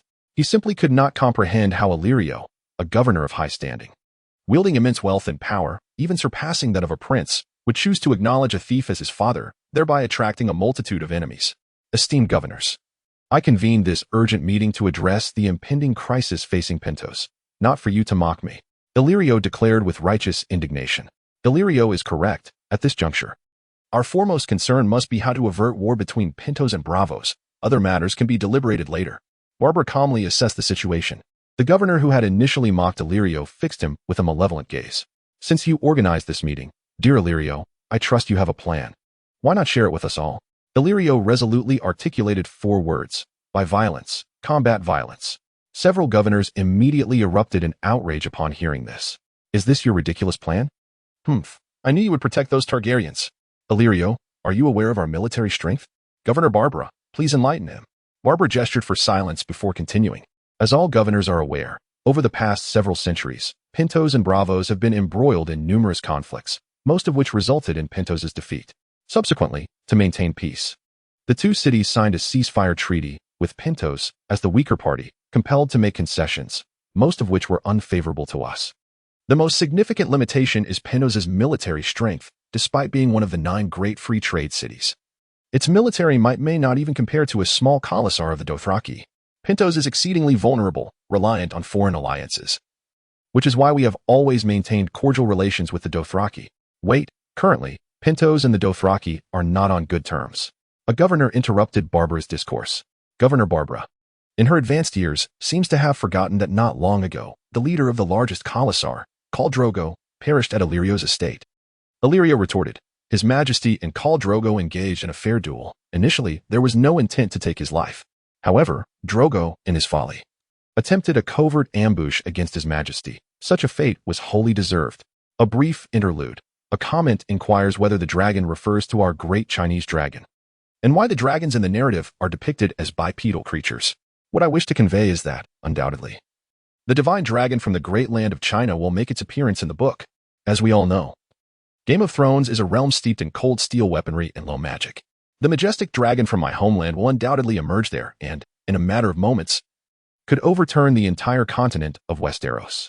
Thus, the young author is contemplating how to suitably enhance the local natives. Otherwise, when the protagonist transforms into a dragon, Westeros may be obliterated in an instant, leaving no plot to unfold. I have come to realize that my slower pace of writing stems from the increased word count in each chapter. Skeptical readers may count the words for themselves. In Chapter 18, Handover Lane? A desperate gamble. Even if you speak the truth, Khal Drogo is more than deserving of his fate. Yet, you cannot deny that after this incident, the Dothraki have not been seen entering the city of Pentos again. Thanks to your king, we have now become estranged from the only powerful ally we could rely upon, the Dothraki. How dare you ask us to surrender our governor's insignia to muster your forces? At this moment, the Dothraki, under Lane's command, are converging from various parts of the Great Grass Sea towards the holy city of Vaes Dothrak. Even Illyrio is unaware of this, let alone the other governors. To resolve this crisis, the solution is simple. We must hand over the Targaryens. For Robert seeks to kill them, not to target Pentos and us, Governor Vagger stated. In truth, several governors had contemplated this course of action from the outset, but hesitated to voice it out of respect for Illyrio. However, This remains the best option thus far. Just because no one wishes to be the scapegoat does not mean that no one will speak. Sacrificing 2 individuals would grant the king of Westeros a significant favor while preserving Pentos. Moreover, Pentos, being the closest city to King's Landing among the 9 free cities, has its economy intricately tied to it. If a peaceful resolution exists, why must we resort to war? However, to realize this, Lord Illyrio must be willing to sacrifice his king to Robert Baratheon. Illyrio scoffed, "How can you be so certain that once Robert receives the Targaryens, he will obediently withdraw his troops? You are aware that under the constraints of the peace treaty, Pentos is as fragile as a piece of paper. Even if Pentos is bound by the treaty, lacking troops and ships, it is not at a point where mere 10,000 soldiers could easily conquer it." Barbara interjected, echoing Illyrio's sentiment. "In the free cities, your faith in a deity or whom you choose to follow is a personal liberty, and we do not wish to pry. However, the person you currently follow may very well bring catastrophic ruin to Pentos, hence I believe you should surrender the Targaryens. This is indeed the wisest choice. This city, flourishing and thriving under your watchful eye, is not something you would wish to see crumble due to your own misjudgments, is it?" Barbara, true to her nature as a seasoned veteran in the Governor's Council, not only laid out the pros and cons for Illyrio, but also skillfully appealed to his sense of morality. However, she underestimated Illyrio's resolve and loyalty after the submission to Lon. In a moment of desperation, he inquired, "So, none of you wish to assist me, is that correct?" Surrounding him, all the governors simultaneously shook their heads, signaling their refusal to send troops. They were merchants, solely driven by profit, and at present, they saw no investment value or potential in Lon. Very well. Illyrio's eyes turned crimson, and his expression became quite fierce. "If you are unwilling to send troops, I shall muster all those I can to protect my king and confront Robert Baratheon." The governor's meeting concluded unhappily after Illyrio stormed out in anger. On board the warship, standing at the bow, Varys could already glimpse the coastline and structures of Pentos in the distance. "Your Majesty, we are nearing Pentos. When shall we send envoys to negotiate?" Varys inquired of Robert. "Negotiate? Negotiate what? With whom? Are we not here to kill?" Robert retorted. "Your Majesty speaks in jest. To slay but 2 individuals hardly necessitates the destruction of all Pentos." Hearing Varys' reasoning, Robert found some merit in his words. His mission was solely to eliminate the Targaryens and their dragons, with no need to make an enemy of Pentos. Moreover, he understood that Pentos was not easily intimidated. Bound by treaty, their warships numbered no more than 20. On the water, Pentos could not contend with Robert's fleet, which was 5 times greater. However, once ashore, the situation would differ. There were over 10,000 guards merely tasked with maintaining order within the city, not to mention the private armies held by each governor. "But my enemies are hiding within the city. How can I slay them if I do not besiege?" Robert questioned. "Your Majesty, the Targaryens are but cornered dogs, cowering in some corner of Pentos, scraping by. We shall anchor our warships at a distance, allowing the people of Pentos to witness the strength of the Westerosi fleet, while simultaneously conveying no hostility. At that time, I would gladly take a small boat alone to assure them that as long as they surrender the Targaryens, not a blade of grass within the city shall be harmed. Your Majesty's magnanimity is commendable, if given some time. The people of Pentos will surely comply and surrender the remnants of the Targaryens. Once the Targaryens are dead, regardless of whether they can command dragons or transform into them, they will pose no threat to you." Varys articulated his analysis with clarity. Robert heartily agreed. "Varys, I entrust this matter to you. Do not let me down again. Furthermore, dear readers, are you reluctant to provide data due to the absence of update rules? I shall now establish a rule. 2,000 flowers for an additional chapter. 100 review votes for an additional chapter. Monthly tickets for another chapter. 2 arbitrary donations for an additional chapter. As long as I do not perish from exhaustion, I will certainly satisfy you all, valid until the official release. Rules post-release shall be discussed later. Lastly, I humbly request data once more. Please give a little support to the child, as the numbers are disheartening." Chapter 19. Varys bids farewell to an old friend. Illyrio once the warships approached Pentos sufficiently. Robert commanded the vessel to halt. Varys boarded a small boat and made his way alone to the harbor of Pentos. Many years prior, Varys had forged a deep friendship with Illyrio, yet their paths diverged due to differing life goals and pursuits. Illyrio, with his keen intellect, attained his ambition of becoming a wealthy merchant and later ascended to the position of governor of Pentos. In contrast, Varys departed from the continent of Essos, journeying to King's Landing, where he utilized the intelligence and secrets gathered by his little birds to become the head of espionage, a talent esteemed and employed by the royal family. Upon returning to Pentos after many years, Varys was overwhelmed with nostalgia. The residence of the governors was easily inquired about, and guided by others, he swiftly located Illyrio's estate. At that moment, Illyrio was in the city rallying warriors and was not present at the manor. After revealing to the guards that he was a friend of the governor, Varys was granted entry into the estate. Learning that Illyrio was occupied with pressing matters, he intended to take a casual look around but unexpectedly encountered a sleeping Lane in the garden. Awakening to the noise, Lane squinted at the man before him. A round, plump bald head, hands concealed within voluminous sleeves, and the characteristic habit of hunching his neck. There was no mistaking it. He was indeed the eunuch. Lane was aware that Robert intended to confront him, yet he had not anticipated Varys' presence. Varys. Lane's gaze was icy as it bore into him. Varys was taken aback, for he could ascertain that this young, handsome man was someone he had never met before. However, upon seeing him, Lane immediately called out his name. For one who dwells in the shadows, subsisting on gathered intelligence, the ideal existence is one where one is unnoticed at all times and in all places. Presently, Varys felt akin to a rat pulled from a gutter and thrust into a bustling street, feeling utterly out of place and uncomfortable. After a moment of shock, he cautiously inquired, "My lord, have we met? Who are you?" "We have not met," Lane replied, his tone growing increasingly frigid, "but I know you are Varys. I am also aware that you commanded your little sparrows to attempt to poison my wife with cake. I thank you for your past acquaintance with Illyrio. For had it not been for his offering of a dragon egg, the moment I recognized you, you would already be dead." Varys recoiled, licking his lips. Embodying a man who had narrowly escaped death, the youthful vigor emanating from Lane was undeniably formidable. "You are Lane Targaryen, the husband of Daenerys Targaryen?" Varys queried, recalling that his little birds had mentioned that after the Targaryens fled to Pentos, they were sheltered by a governor. He could hardly have anticipated that this governor was none other than his old friend Illyrio. Meanwhile, after gathering all his forces, Illyrio discovered he had merely over 3,000 men at his disposal, and with virtually no naval vessels to command. How could he possibly withstand Robert's 10,000-strong army? He instructed the guards to post notices throughout the city, offering a handsome reward for any brave souls willing to fight for his cause. At that moment, he was informed that the enigmatic Varys, the Spider, had arrived secretly and was currently awaiting him at the residence. Aware that Varys was now serving Robert, he surmised the purpose of Varys' visit. Both Lane and Dany were within the estate, and to prevent any unnecessary misunderstandings, Illyrio hurried back to the manor, only to find Lane and Varys in a standoff. "Your Majesty, you?" Illyrio momentarily faltered, unsure of how to articulate his thoughts.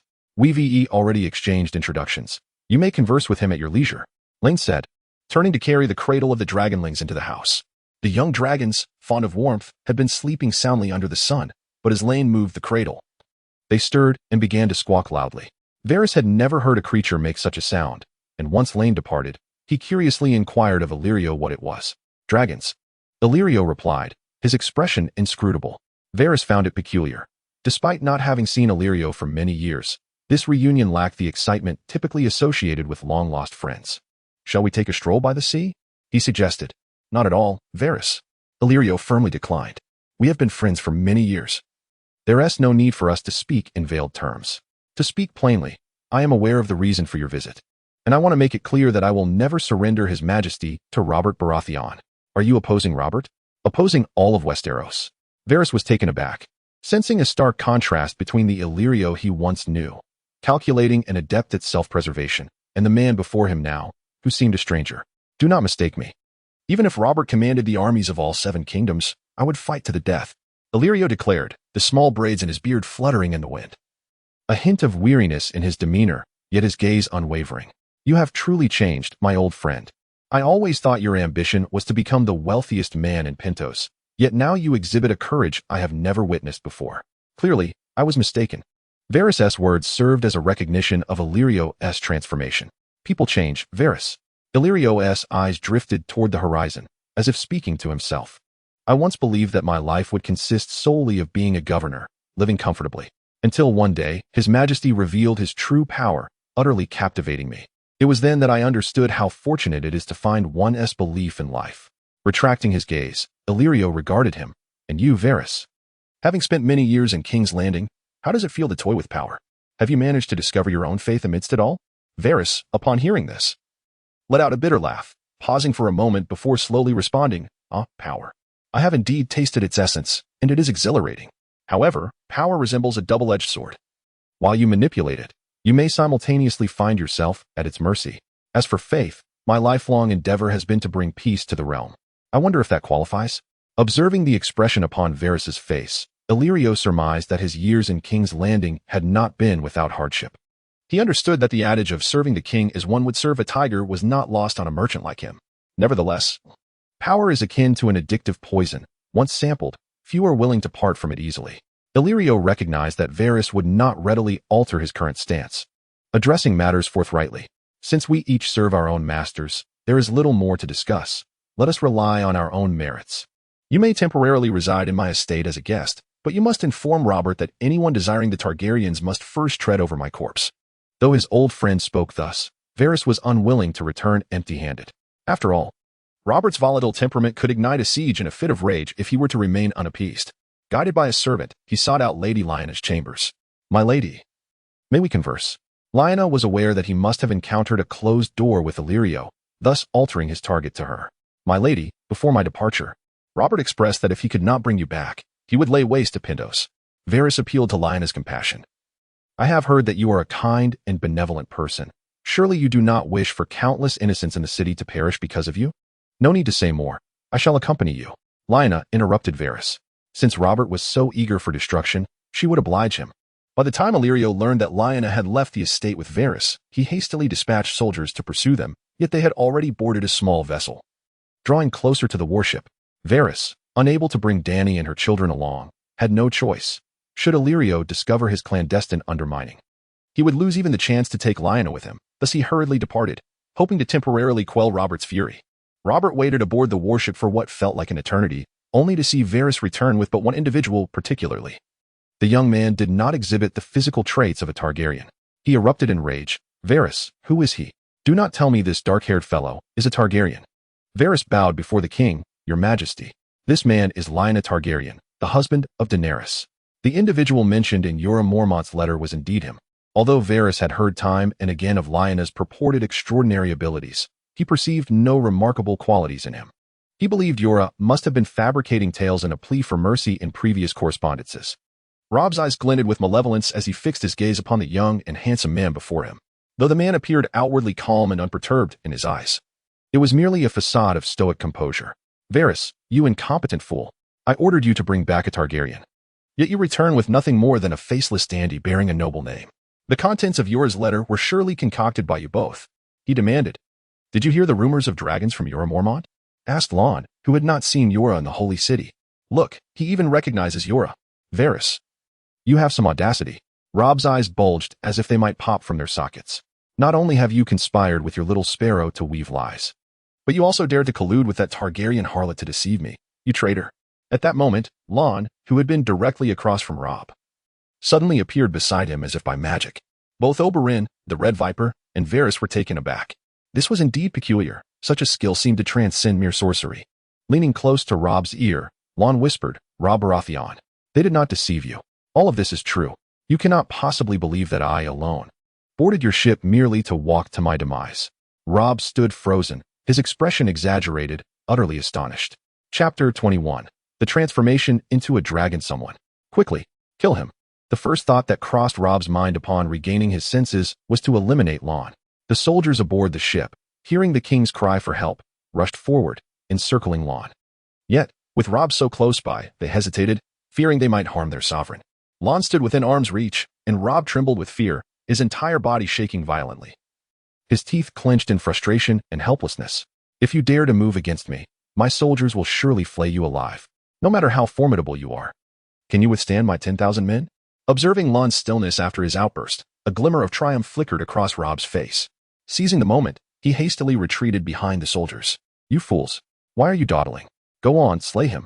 After securing his safety, Rob struck a nearby soldier's helmet, bellowing. The soldiers wielding long swords surged forward, unleashing a flurry of strikes at Lon's position. To their astonishment, after the chaotic assault, Lon had inexplicably vanished from beneath their blades. Just as Rob began to berate them for their ineptitude and urged them to find Lon, a familiar voice echoed from above the ship. "Rob Baratheon, your vigilance is commendable." Lon floated in midair, a smile gracing his face, his cloak billowing in the sea breeze, resembling a deity descending from the heavens. The soldiers aboard the battleship, upon witnessing this scene, gasped in astonishment. their hearts stirred by an irrepressible urge to kneel. Yet, with their king present, they dared not prostrate themselves before their adversary, Robert. Merely on the basis of rumor, he had dispatched a formidable force of 10,000 men and 200 colossal crossbows. Indeed, your ascension to kingship speaks to your exceptional prowess. At that moment, Ryan's admiration for Robert struck a dissonant chord within him, eliciting an inexplicable discomfort. However, he swiftly redirected his discourse, his visage betraying a semblance of regret. How foolish you are, so naive as to personally lead your troops here. Had you concealed yourself in King's Landing, you might have lived a few more days. I find it curious that Yura, having informed you of my ability to transform into a dragon, seemingly neglected to caution you against provoking me. Should you now wish to command your soldiers to lay down their arms and surrender, I might consider granting you a swift demise. This spectacle did not escape the attention of Illyrio, who had come to the rescue, nor did it go unnoticed by many along the coast of Pentos. Drawn to the commotion, turn back. Illyrio ordered those beside him on the deck. My lord, shall we not rescue his majesty? Illyrio gazed calmly at Ryan in the sky. Here, we might only prove to be a hindrance. Bring forth the crossbows and shoot this madman, who speaks such nonsense, down. No, turn him into a sieve, Robert shouted, pointing a trembling finger at Ryan. In an instant, the colossal crossbows aboard the battleship were aimed at him, and a multitude of gigantic arrows soared toward Ryan.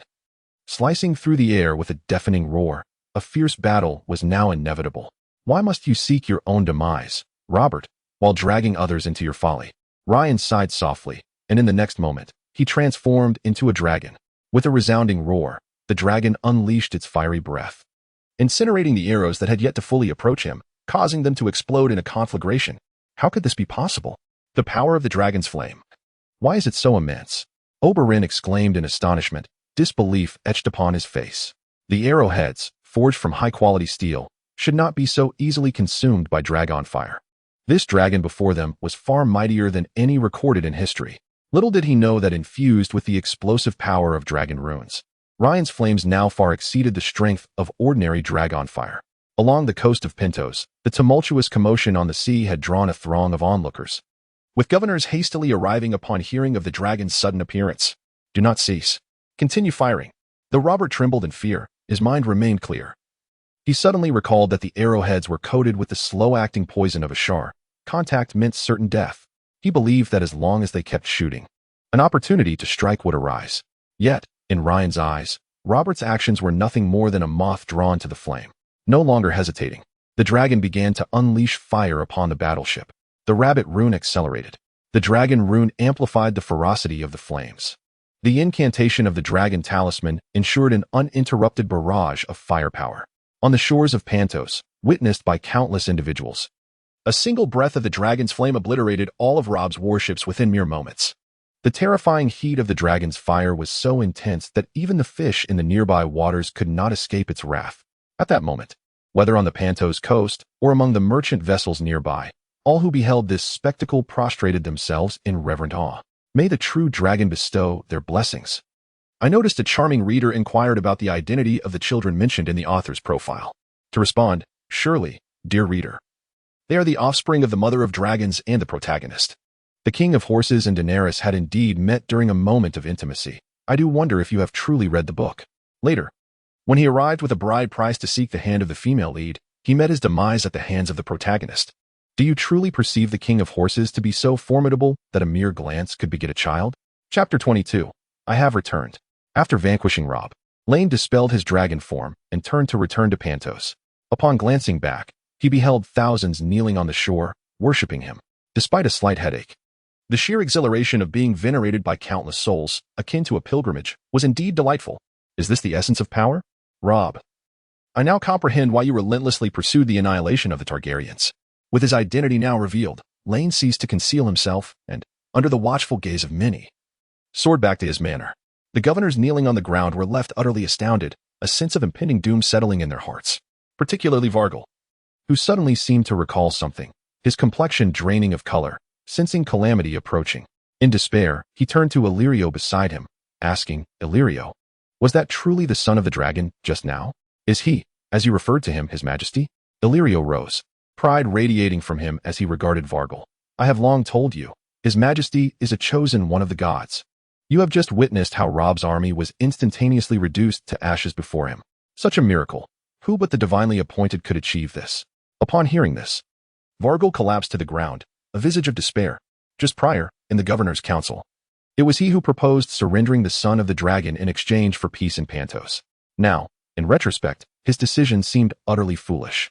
Vargal wished he could strike himself repeatedly, lamenting his actions. Illyrio, Illyrio, I implore you. Vargal crawled before him like a dog, wearing a desperate smile. You are my only hope. Illyrio, for the sake of our long acquaintance, I beseech you to intercede with His Majesty, the son of the dragon, on my behalf. Spare my life, and I would offer anything in exchange for my survival. Upon hearing this, the other governors trembled, a wave of unease washing over them. When Illyrio sought their aid, they had unanimously rejected any notion of sending troops to assist him. Should the true dragon's wrath be unleashed, they would surely face annihilation. Reduced to mere dust.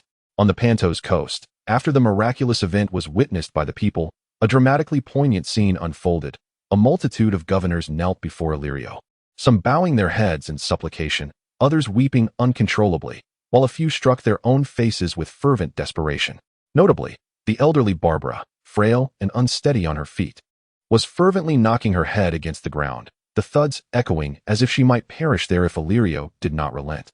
When they had previously refused to assist him, Illyrio had experienced anger and despair. However, their current display of remorse softened his heart. I can only assure you that I will intercede on your behalf with His Majesty, Illyrio said with a hint of resignation. As for your lives, I cannot make any promises. His Majesty is of such esteemed stature that his will cannot be swayed by anyone. Upon returning to the estate, Ryan found Daenerys waiting at the entrance. Her gaze filled with affection, and her smile radiating warmth akin to the gentle spring breeze of March.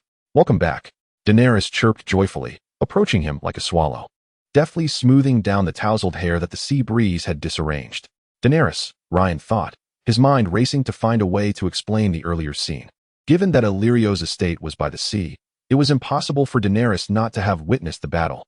I saw it, but you need not explain. Daenerys gently placed her finger against Ryan's lips, speaking softly. Daenerys, Ryan exclaimed as he embraced her. I am merely a woman. There are many things that need not be known, and you need not justify them to me. I am your wife, and all I can do is unconditionally believe in you. In Ryan's arms, Daenerys twirled her fingers through her hair, appearing somewhat tentative. Regardless of whether you are a legendary hero or simply an ordinary man, in my eyes, you are my hero, for the only thing I care about is you. I hope that whenever you return, home remains as warm as you first remember it, and you will say, I have returned, while I stand at the door to greet you. Softly saying, welcome back. Upon hearing this, Ryan instinctively tightened his embrace around the girl, a look of contentment adorning his face. I have returned, he declared, to which Daenerys happily responded. Welcome back. Such blissful moments often unfold in these small scenes, and Ryan wished fervently to freeze this moment in time. Chapter 23. The Reward, Valyrian Steel that night. Unable to sleep, Ryan strolled alone in the back garden, the cool sea breeze refreshing against his skin. Ding. Congratulations, host, for defeating Robb and his army of 10,000. Your path to conquest has taken another step forward. Ryan jested. System, your response time is rather sluggish. System. Reward, Evolution Point 1. Valyrian Steel, 1 ton. Forging blueprint for Valyrian Steel included. Due to the inaugural distribution of tangible rewards, the host is granted an additional 1,000 cubic meters of personal space. Valyrian Steel has been deposited into this personal space, and the host can effortlessly retrieve items from it with mere thought. Note, the host may perceive this personal space as a sophisticated repository. Aside from the items rewarded by the system, ordinary external items may also be stored within. This personal space ensures that items remain in the condition they were in upon being placed inside for eternity. What about the evolution points? Ryan pondered, a surge of excitement coursing through him. Such treasures are rare, apart from the one instance he received them when the system was first activated. He had not encountered evolution points since. And then there is Valyrian Steel, a true gem. Ever since the destruction of the free cities of Valyria, the methods of forging Valyrian Steel have been lost, with only a scant few Valyrian swords remaining, treasured as heirlooms by various noble families. Even the bestowed personal space sounds remarkable. Not only can it store items from outside the system, but it also preserves them in their original state, which means that the items placed within will never spoil or deteriorate. The only aspect that Ryan found slightly frustrating was that his system seemed a tad underwhelming. Rewards are only triggered by significant events, often requiring calamity to occur. For instance, After he had vanquished 6 cows in Westeros, he had received nothing in return. Other systems continuously reward them with ease, merely requiring casual participation to acquire bountiful rewards. Alas, having something is better than having nothing. With a mere thought, Ryan summoned the Valyrian steel and the blueprint. Before him appeared a parchment blueprint and 10 gleaming ingots of steel. Valyrian steel, reputed to be forged from dragonfire and magic, radiated an otherworldly glow even in the depths of night, with unique patterns subtly visible upon its surface. When Ryan tapped it with his finger, it produced a remarkably crisp metallic sound. Indeed, it is fine steel. No wonder it is so rare. Upon unfolding the blueprint, Ryan realized that it would be more aptly termed a reforging blueprint rather than a forging blueprint. The document merely outlined the method to melt and reforge Valyrian steel without compromising its properties, rather than revealing the secrets to transform ordinary iron into Valyrian steel. Had it contained instructions on how to forge Valyrian steel, Ryan was confident that he could thrive as a blacksmith. In the narrative, Valyrian steel has only appeared in the form of swords and daggers, yet Ryan speculated that its applications must be vast, though he was unaware of them. After summoning Illyrio, he soon found himself in the back garden. "Your Majesty, what brings me to you at such a late hour?" Illyrio inquired, momentarily oblivious to the Valyrian ingots on the ground due to the darkness. "Here, help me find a blacksmith to forge these." Illyrio crouched down, gazing in astonishment. "Your Majesty, what is this? Valyrian steel?" "Indeed," Ryan replied, then promptly inquired, "Illyrio, are you aware that Valyrian steel can be fashioned into more than just weapons?" "Your Majesty, allow me to elucidate. Valyrian steel is an enigmatic alloy invented by the Valyrians. It is said that during its creation, spells and magic were interwoven, and the forging was aided by dragonfire. Weapons crafted from Valyrian steel possess unparalleled attributes. They are lightweight, resilient, and never rust, dull, or break." Ryan was at a loss for words. It was evident that awakening an elder in the middle of the night was ill-advised. Illyrio's response was entirely off the mark. "I am aware of that. My inquiry pertains to whether it can be utilized to forge other items, such as armor."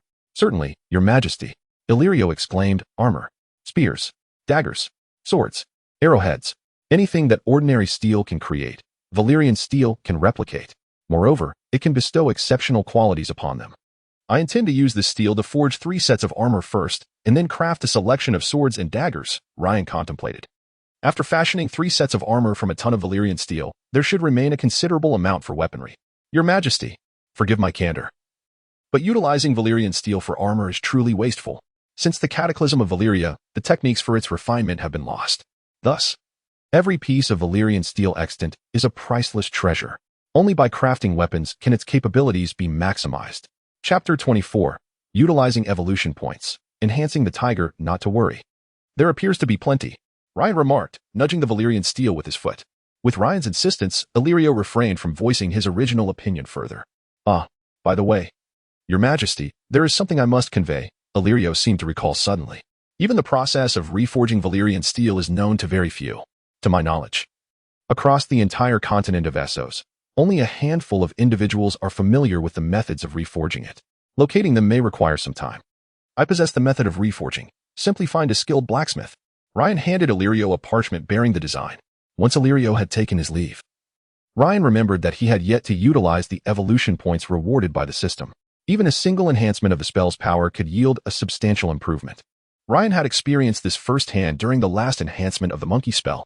If he could anticipate the effects of the spell's post-enhancement, he would be able to discern where to allocate points for maximum benefit. "System, can you provide a preview of the effects after the spell's evolution?" Beat. Host. The abilities following the enhancement of the spell can be referenced. Which spell would you like to preview the effects of post-evolution? I wish to review all the effects before deciding which aspect of the talisman's abilities to enhance. Please hold on while the information is being generated. The effects of the mouse talisman. Basic effect, transforms sculptures and statues into living animals. Intermediate effect, controls thoughts, allowing the host to command the transformed entities to serve them.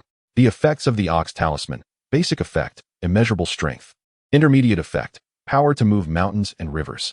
The effects of the tiger talisman. Basic effect, balances the strength of other talismans, differentiating between good and evil avatars. Intermediate effect, intensifies the innate goodness or malevolence within others. Additionally, the host can create a perfect clone that possesses all their abilities. The effects of the rabbit talisman. Basic effect, grants extraordinary speed. Intermediate effect, can decelerate individuals or objects to a complete standstill. The effects of the dragon talisman. Basic effect, Dragon Flame with explosive heat. Intermediate effect, further amplifies the power of the Dragon Flame. The effects of the Snake Talisman. Basic effect, grants invisibility. Intermediate effect, enables group invisibility. The effects of the Horse Talisman. Basic effect, healing powers. Intermediate effect, can transfer abilities to others for a limited time. During this period, the individual or object remains in a stable state. The effects of the Goat Talisman. Basic effect, out-of-body experience. Intermediate effect, Soul Strike, capable of shattering another's soul. The effects of the Monkey Talisman. Intermediate effect, transformation ability. Advanced effect, instantaneous group transformation capability. Additionally, granting the host the ultimate template of the Black Death God Balerion. The effects of the Chicken Talisman. Basic effect, levitation. Intermediate effect, free control over the actions of objects, akin to telekinesis. The effects of the Dog Talisman. Basic effect, grants immortality. Intermediate effect, can make others 10 years younger. The same individual can only benefit once. The effects of the Pig Talisman. Basic effect, laser vision. Intermediate effect, allows any part of the body to emit lasers, not just the eyes. Having perused the comprehensive details provided by the system, Ryan's sole sentiment is that of being amidst a vast treasure trove. He desires to acquire everything. Yet the guardian of this treasure clearly stipulates that he may select only one. The dilemma of choice resurfaces. He promptly eliminates the talismans that seem relatively ineffective from consideration. The mouse, ox, dragon, snake, goat, and pig are dismissed from the evolution list. The remaining 6 talismans possess alluring powers that captivate Ryan. They are either formidable or enchanting, whether it be the ability to create clones, immobilize others, or access the ultimate template of the Black Death God Balerion, or even to manipulate objects from afar. Each not only enhances his combat prowess, but also serves as a tool for grandstanding. System. Do the clones perfectly inherit my abilities, including the talisman powers? Is there no distinction between good and evil within them? Could they one day attempt to usurp my position? Will they vie for my partner? Ding. The clones can perfectly synchronize with the host's existing and future abilities. The power of the talisman naturally encompasses this aspect as well. The host need not worry about the possibility of betrayal from the clone. It shares the same consciousness with the host, akin to a single entity, and will unconditionally obey the host's commands. Oh, that is splendid. Ryan exhaled in relief. The ability to transform into a dragon is not limited to him alone. The clone can do so as well. Does this mean he need not personally transform into a colossal dragon to unleash fire upon his foes? He mused, allowing the clone to undertake the labor while he reclines upon the dragon's back to observe. Well, it's akin to riding oneself. It feels somewhat peculiar. He quipped. The template of the Black Death God is indeed tremendously enticing, representing the pinnacle of combat prowess ever witnessed in this world. It can slay any adversary, be they man or deity. However, with the dragon's template combined with the capabilities of the talisman, it is presently more than sufficient. Resolute in his decision, Ryan addressed the system within his mind. System. Allocate points to the Tiger Talisman. Chapter 25. The Betrayal of Governors. Ding. Successfully allocated points for the host. The initial effects of the Tiger Talisman have now been upgraded to an intermediate level. With a mere thought, another version of himself appeared before Ryan, handsome and debonair.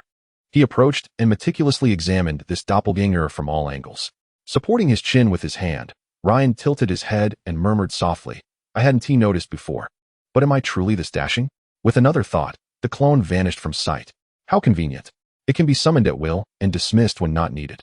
During the day, Ryan might require the clone, but by night, Daniela alone suffices.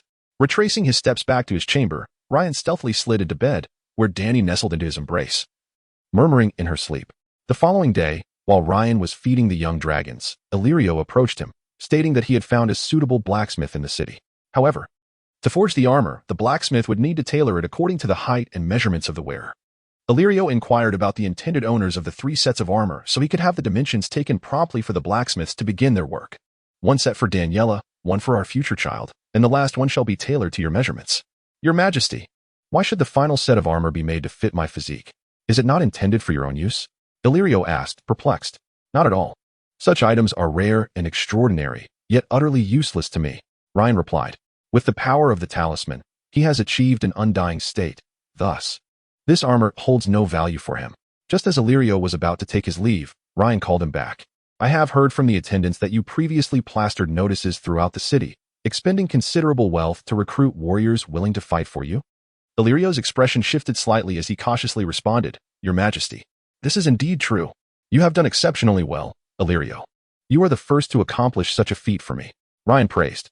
As subjects of your majesty, it is our solemn duty to safeguard your majesty's safety. I would willingly deplete my entire fortune for this cause. However, it seems that your majesty does not require my protection. Illyrio felt a wave of disappointment wash over him.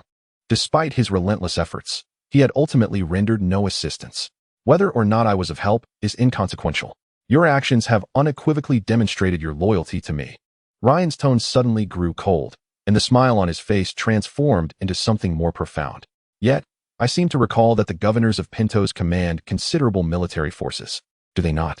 Why did you not seek their aid, but instead resort to hastily recruiting soldiers from the streets? Ryan continued, teasing the young dragons, asserting that you had indeed sought them out, only to be met with refusal. Am I correct? You were compelled to employ such a clumsy method, as you had no other options at that moment. I surmise that among them, some must have suggested delivering me to Robert. Would you not agree that they deserve to perish for such treachery? At this, a tempest of fury surged within Illyrio. He had never disclosed his attempts to borrow troops or reward valiant warriors to Ryan. Yet Ryan, through a mere detail of a posted notice, had deduced not only the governor's refusal to lend troops, but even the proposal made by Vhagar in the council. This level of insight is truly terrifying. Your Majesty, their actions are indeed worthy of the gravest punishment. However, as a person of magnanimity, I humbly beseech you to spare their lives for my sake. Illyrio knelt respectfully, resolved to never conceal anything from Ryan in the future. I have no desire to kill indiscriminately, yet while death may be evaded, the living may not escape unscathed. You shall summon the other governors and the populace to the estate's entrance. I have an announcement to make. In truth, the governors have done nothing beyond their refusal to assist, for they have not truly betrayed Ryan to Robert. This is merely an excuse for Ryan to impose order upon Pentos. Upon learning that there was still a glimmer of hope, Illyrio realized that Barbara's efforts by the shore had not been in vain. He hastily relayed this news to the governors and informed all in the city of Pentos that the true-born son of the dragon had something to declare. Before long, the estate's entrance was thronged with people eager to witness the true-born son of the dragon up close. Ryan gently raised his hand, and the bustling crowd fell silent. Greetings, citizens of Pentos. I am Ryan Targaryen, the true-born son of the dragon, as you call me. Just yesterday, Robert Baratheon, leading an army of 10,000, arrived at Pentos. As Ryan spoke, he gestured toward the governors kneeling before him. Yet, when confronted by the enemy, these actual rulers of Pentos first thought not of repelling the foe, but of surrendering me in exchange for Pentos's future. The dragon cannot tolerate betrayal and treachery. I believe they deserve to pay with their lives. However, when I first arrived in Pentos, Illyrio had shown me kindness, and after becoming my subject, he remained steadfastly loyal. In light of his intercession on their behalf, I am willing to grant them another opportunity. The governors may preserve their lives by relinquishing 8/10 of their entire wealth and voluntarily resigning from their positions. Chapter 26. The Conquest of Pentos. As soon as Barbara apprehended the first sentence, her eyes rolled back, and she nearly fainted. When Ryan demanded that she surrender 8/10 of her wealth, it felt more unbearable than death itself, especially given her advanced age and limited time left. Yet, the other governors regarded this with indifference. Wealth and status were mere trappings, and what could be more significant than preserving one's life? Furthermore, each of them was already exceedingly affluent, and even with only 2/10 remaining, they could indulge for a lifetime. After a brief exchange, they unanimously declared their acceptance of Ryan's terms, provided it ensured their survival. Observing their agreement, Barbara swallowed her impending protest and reluctantly acquiesced. The citizens of Pentos had willingly renounced the governorship, leaving Illyrio as the sole remaining governor and the only true authority in the city. Ryan raised his voice, for what he was about to announce bore significance for every citizen of Pentos. Illyrio had become the master of Pentos, and he was also my loyal subject and follower. I hereby declare that from this moment forth, Pentos shall fall under my dominion, enjoying my protection. They may freely develop their economy and military without fear of repercussions for breaching contracts, and I assure every citizen of Pentos that they shall no longer face oppression. All will enjoy equal human rights. A resounding cheer erupted from the crowd, accompanied by shouts of "Long live the son of the true dragon! Pentos shall rise." Under the deafening roar of jubilation, Ryan felt the very ground beneath him tremble slightly. Daenerys stood beside him, beaming with admiration, gazing at him as if he were a celestial being descended to save countless ordinary souls ensnared in turmoil. That evening, having brought Pentos under his command, Ryan received a reward of evolution points and 1 million gold dragons from the system. He invested the evolution points into the chicken talisman, granting him the ability to manipulate objects. Following his exhilarating speech, the next day, Pentos began to gradually enact new codes and policies. News swiftly reached Braavos. Pentos, under the protection of the true dragon, had unilaterally torn up the peace treaty signed many years prior. One can envision that, once liberated from various constraints, Pentos will swiftly emerge among the 9 free trade city-states, closely challenging Volantis and Braavos. On this day, Illyrio approached Ryan with a ledger-like document in hand. Your Majesty, the inventory of the former governor's assets has been completed. After conversion, approximately 2 million gold dragons have been submitted. Here are the detailed accounts for your perusal. Ryan refrained from reaching for the ledger and instead inquired, Illyrio, how much did you spend on the dragon eggs you purchased earlier? Your Majesty, I fortuitously acquired the dragon eggs on the black market in Essos, spending around 50,000 gold dragons. Illyrio replied, puzzled by the sudden question. Nothing of consequence. Retain 1,500,000 gold dragons from the 2 million, and consider the remaining 500,000 as a reward for your procurement of the dragon eggs. Furthermore, should you come across any further news regarding dragon eggs, do not hesitate to inform me. Upon hearing Ryan's generous offer of 500,000 gold dragons as a reward, Illyrio instinctively considered declining. However, noticing Ryan's firm demeanor, he conceded, I am most grateful for your Majesty's generosity. If I receive any news regarding dragon eggs, I shall inform you at the earliest opportunity. With that, Illyrio hurriedly departed, leaving Pentos with only one governor, burdened with the responsibility of both significant and trivial matters. At present, the most pressing issue he needed to address was the meager compensation of the free citizens. Within the city of Pentos, thousands of free individuals existed, who, despite their designation, were little different from slaves. Due to the prolonged exploitation by employers, even after toiling tirelessly for a day, they found it nearly impossible to sustain themselves. And their debts continued to mount. Consequently, many opted for idleness rather than seeking employment. In the past, governors had also harbored concerns that such conditions would inevitably lead to civil unrest. However, advocating for the rights of the free populace would encroach upon the interests of many, resulting in their inaction. Yet now, the situation was transformed. In accordance with Ryan's vision, Illyrio established a brand new labor compensation system, categorizing all forms of work and setting minimum wage standards for each category. Should employers fail to meet these standards, they would face severe penalties under Pentos law. Under Ryan's guidance, Pentos thrived increasingly with each passing day. Chapter 27. Ned receives news of Robert's demise. King's Landing. Since Robert led his forces to Pentos, Ned had presided over the meetings at court. My Lord Chancellor, do you have any news from the king? Asked Lancel Lannister. Without Varys and his little birds, King's Landing was bereft of any information regarding the continent of Essos. A full week had elapsed since Robert's departure, and by all accounts, he should have returned by now. Unless, of course, he had encountered unforeseen circumstances during his journey. Just as Ned was about to respond to Lancel that he had no news, a guard entered, announcing, My Lord Chancellor, you have received correspondence. Upon receiving the 2 letters from the soldier, Ned noticed the dragon emblem on the wax seal of one, causing his brow to furrow in concern. The solitary 3-headed dragon stamp signified a correspondence from House Targaryen. After revealing it to the others, Ned swiftly tore it open and read it hastily. The letter contained but a few terse lines. The grand gift from Robert had been received, and he would soon pay a personal visit, while requesting that Ned convey his regards to the widow Cersei and her little bastards. There was no need to thank him for this. The letter was signed by Rhaegar Targaryen. The widow Cersei and bastards? What did this mean? Had my brother truly perished? Renly Baratheon bombarded Ned with questions, snatching the letter from his grasp. How could this be? And why should Cersei express gratitude to him? Rhaegar Targaryen? That name rings a bell. Was he not the one Yura mentioned earlier? Ned remained silent, for truth be told, he too struggled to comprehend the letter's implications. He then proceeded to open the second letter. This one was from Varys. After perusing its contents, Ned's expression turned grave, his complexion pale. After a considerable pause, he spoke. Varys had written that Oberyn Martell was dead. King Robert was dead as well. The army of 10,000 had been entirely annihilated.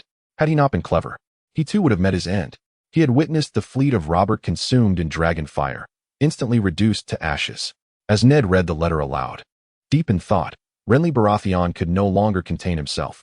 So, my brother is truly dead? Clever? That traitor. How could he describe his desertion with such eloquence? My lord, does this mean that what Jorah Mormont spoke of, the transformation of men into dragons, is indeed true? Pycelle's face was one of disbelief. This was utterly contrary to reason. In the records of the Citadel, there had never been a precedent for men turning into dragons. Do not always view new phenomena through the lens of the past. My learned bachelor, Peter Baelish, who had been silent since the meeting commenced, rested his chin on his hand, seemingly recalling something. Just days ago, I heard whispers from Dorne of a sorcerer capable of manipulating water, a feat unheard of until now. I ponder, perhaps this world is slowly undergoing change. I had thought the Master of Coin only knew how to lend money and run brothels. I never imagined Lord Peter could so adeptly perform the duties of a eunuch. Pycelle retorted. Ned interrupted their bickering. Silence. This is a royal council. A kingdom cannot remain without a ruler for a day. The foremost priority is to ascertain whether the king has truly met the fate described in the letter. Renly Baratheon leaned back in his chair, his heels thumping against the floor with indifference. Is there even a need for confirmation? Did not that coward Varys proclaim that Robert fell beneath Dragonfire? The temperature of Dragonfire is so terrifying that my wretched brother likely turned to ash. Although Renly Baratheon is the younger brother of Robert, their relationship has always been rather strained. Previously, they often quarreled over trivial matters, and now that Robert has passed away, Renly feels no sorrow. Indeed, joy is out of the question, for the throne will not be passed to him. One cannot take Varys' words at face value. Have you forgotten that he thrives on manipulation of information? Ned remarked. I shall personally journey to Pentos to ascertain the truth of the matter. During my absence, I will invite your brother Stannis to King's Landing to assume the role of Hand of the King. As you wish, Renly replied impatiently. For his relationship with his brother Stannis was also far from cordial. Furthermore, do not disclose this news to Cersei or the Martells. Shortly after the meeting concluded, Pycelle revealed its contents to Cersei, who, upon hearing the news, rejoiced like a jubilant bird, having long harbored disdain for Robert and yearning for a way to eliminate him. With Robert's demise, she no longer had to worry about her affair with Jaime being discovered. At the port, Robert boarded a merchant vessel bound for Pentos, unaccompanied even by a servant. As the ship drew closer to Pentos, Ned's anxiety grew. He feared that Varys' words might indeed hold truth. Upon disembarking at the bustling docks, he observed a throng of people, with no signs of battle evident. His sole hope was that, for some reason, Robert's forces had not arrived in Pentos, but had diverted elsewhere. However, given the close proximity of Pentos to King's Landing, the likelihood of such a misdirection was slim. Ned simply refused to believe that Robert was dead. While inquiring among the passers-by at the port, his furtive demeanor caught the attention of soldiers, who quickly apprehended him and brought him to Illyrio. In the governor's mansion, Illyrio questioned him about being a spy from elsewhere. Initially, Ned denied it, until a soldier drew forth his ancestral sword, Ice. Recognizing the Valyrian steel, Illyrio immediately grasped the gravity of the situation, leading him to Lysa's residence. To be honest, Lysa was quite taken aback upon seeing Ned kneeling before him. Robert had set forth with 10,000 men, and only a few days had passed. He had not anticipated that Ned would dare to come to Pentos alone. Nonetheless, the Northern King exuded a formidable presence, remaining defiant even in captivity. For a moment, Lysa was at a loss as to whether to commend or chastise him. After dismissing everyone, Lysa raised his hand slightly, and the ropes binding Ned were loosened, lifted by an unseen force. While feigning calmness, Ned's heart was already in turmoil. Ned Stark, how fortunate you are to be unharmed. Lysa greeted him with a smile. Are you content serving as the Hand of the King in King's Landing? How is your son's leg recovering? Ned Stark inquired, astonished. You not only know me, but you are also acquainted with Bran. Have you ventured into the north? Ned was certain he had never met Lion, nor could he affirm that Bran had encountered him. Yet, Lion not only recognized their names but was also aware of Bran's broken leg. How could he remain composed? Ned, your visit today is likely not merely to inquire about this matter. Lion sipped his tea, gazing quietly at Ned. Indeed, I have other matters to confirm. Which is why I came to Pentos, Ned replied candidly. Where is Robert and his fleet? Oh, so you are in search of Robert. Lion feigned contemplation, tilting his head. Let me ponder this carefully. You might not be able to find Robert himself, but if you seek his ashes, I can tell you where they are. Currently, they should lie at the bottom of the narrow sea near the port, though it's quite possible they have been consumed by fish. Lion stated with utmost seriousness. You, Ned exclaimed, rising in indignation and pointing at Lion. You dare to slay the Lord of the Seven Kingdoms? The Lord of the Seven Kingdoms? The former ruler was not of House Baratheon. Did Robert not slay the Targaryens to become king? Lion replied, unfazed. So, why should the king in the north mock me for my actions? Moreover, Robert and I would have met with violence. What harm is there in my killing him? To be frank, Ned, if I wished, I could lay waste to the Seven Kingdoms right now. That is how this world operates. The victors take all, while the defeated grovel. Lion's reasoning was compelling, leaving Ned without a retort. With the confirmation of Robert's death, he felt no reason to linger in Pentos. As Lion appeared to harbor no hostility towards him, he contemplated departing. What's wrong, Ned? Are you leaving already? I happen to know quite a bit about you. Are you not curious? For instance, who pushed Bran? Lion's words piqued Ned's interest once more, prompting him to retake his seat. Who was it? He asked. Previously, his wife. Catelyn Stark had also suspected that Bran's fall was not accidental, especially since, on the very night he awoke, an assassin had entered their home. They surmised that Bran must have witnessed something dreadful, inciting such animosity that multiple attempts were made on his life. However, this was merely conjecture. They had not found substantial evidence. For Bran had seen Cersei and Jaime in the tower, and, of course, the 3 children in the Red Keep were not Robert's. It is somewhat pitiable to attain the throne only to be embroiled in such treachery. Lion, in a spirited mood, shared this tale with Ned. When Jon Arryn passed away, Ned had investigated his recent activities and discovered that Jon had seemingly uncovered a secret of the Queen. Shortly thereafter, he met his untimely demise. Now it appeared that many seemingly unrelated events were indeed interconnected. Chapter 29. A return to the holy city of Visenya. Does Robert have a son? Ned inquired. Certainly. They are likely forging steel somewhere at this moment. However, you are aware that bastards possess no claim to inheritance. Thank you for sharing this information. Ned rose to express his gratitude to Lyanna, momentarily forgetting that she had recently slain his king. Nonetheless, Stark and Baratheon had once united against the Targaryen family. Are you truly willing to let me return? He inquired. I merely bear the Targaryen name, yet I am not of their blood. Lyanna replied with a smile. Moreover, the Mad King's incompetence and cruelty led to his downfall, a sentiment even my wife Daenerys agrees with. Ned sighed. Perhaps the 7 kingdoms would indeed be better off under your rule. You would make a fine king. However, I cannot support you. The fear that the Targaryens instilled in the hearts of the people runs too deep. It matters not.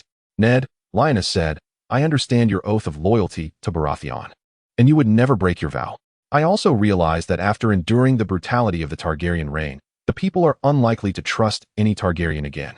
I do not plan to return to Westeros just yet, but once I have unified Essos, if Westeros still resembles the filthy, treacherous place I remember, rest assured, I shall cleanse it thoroughly.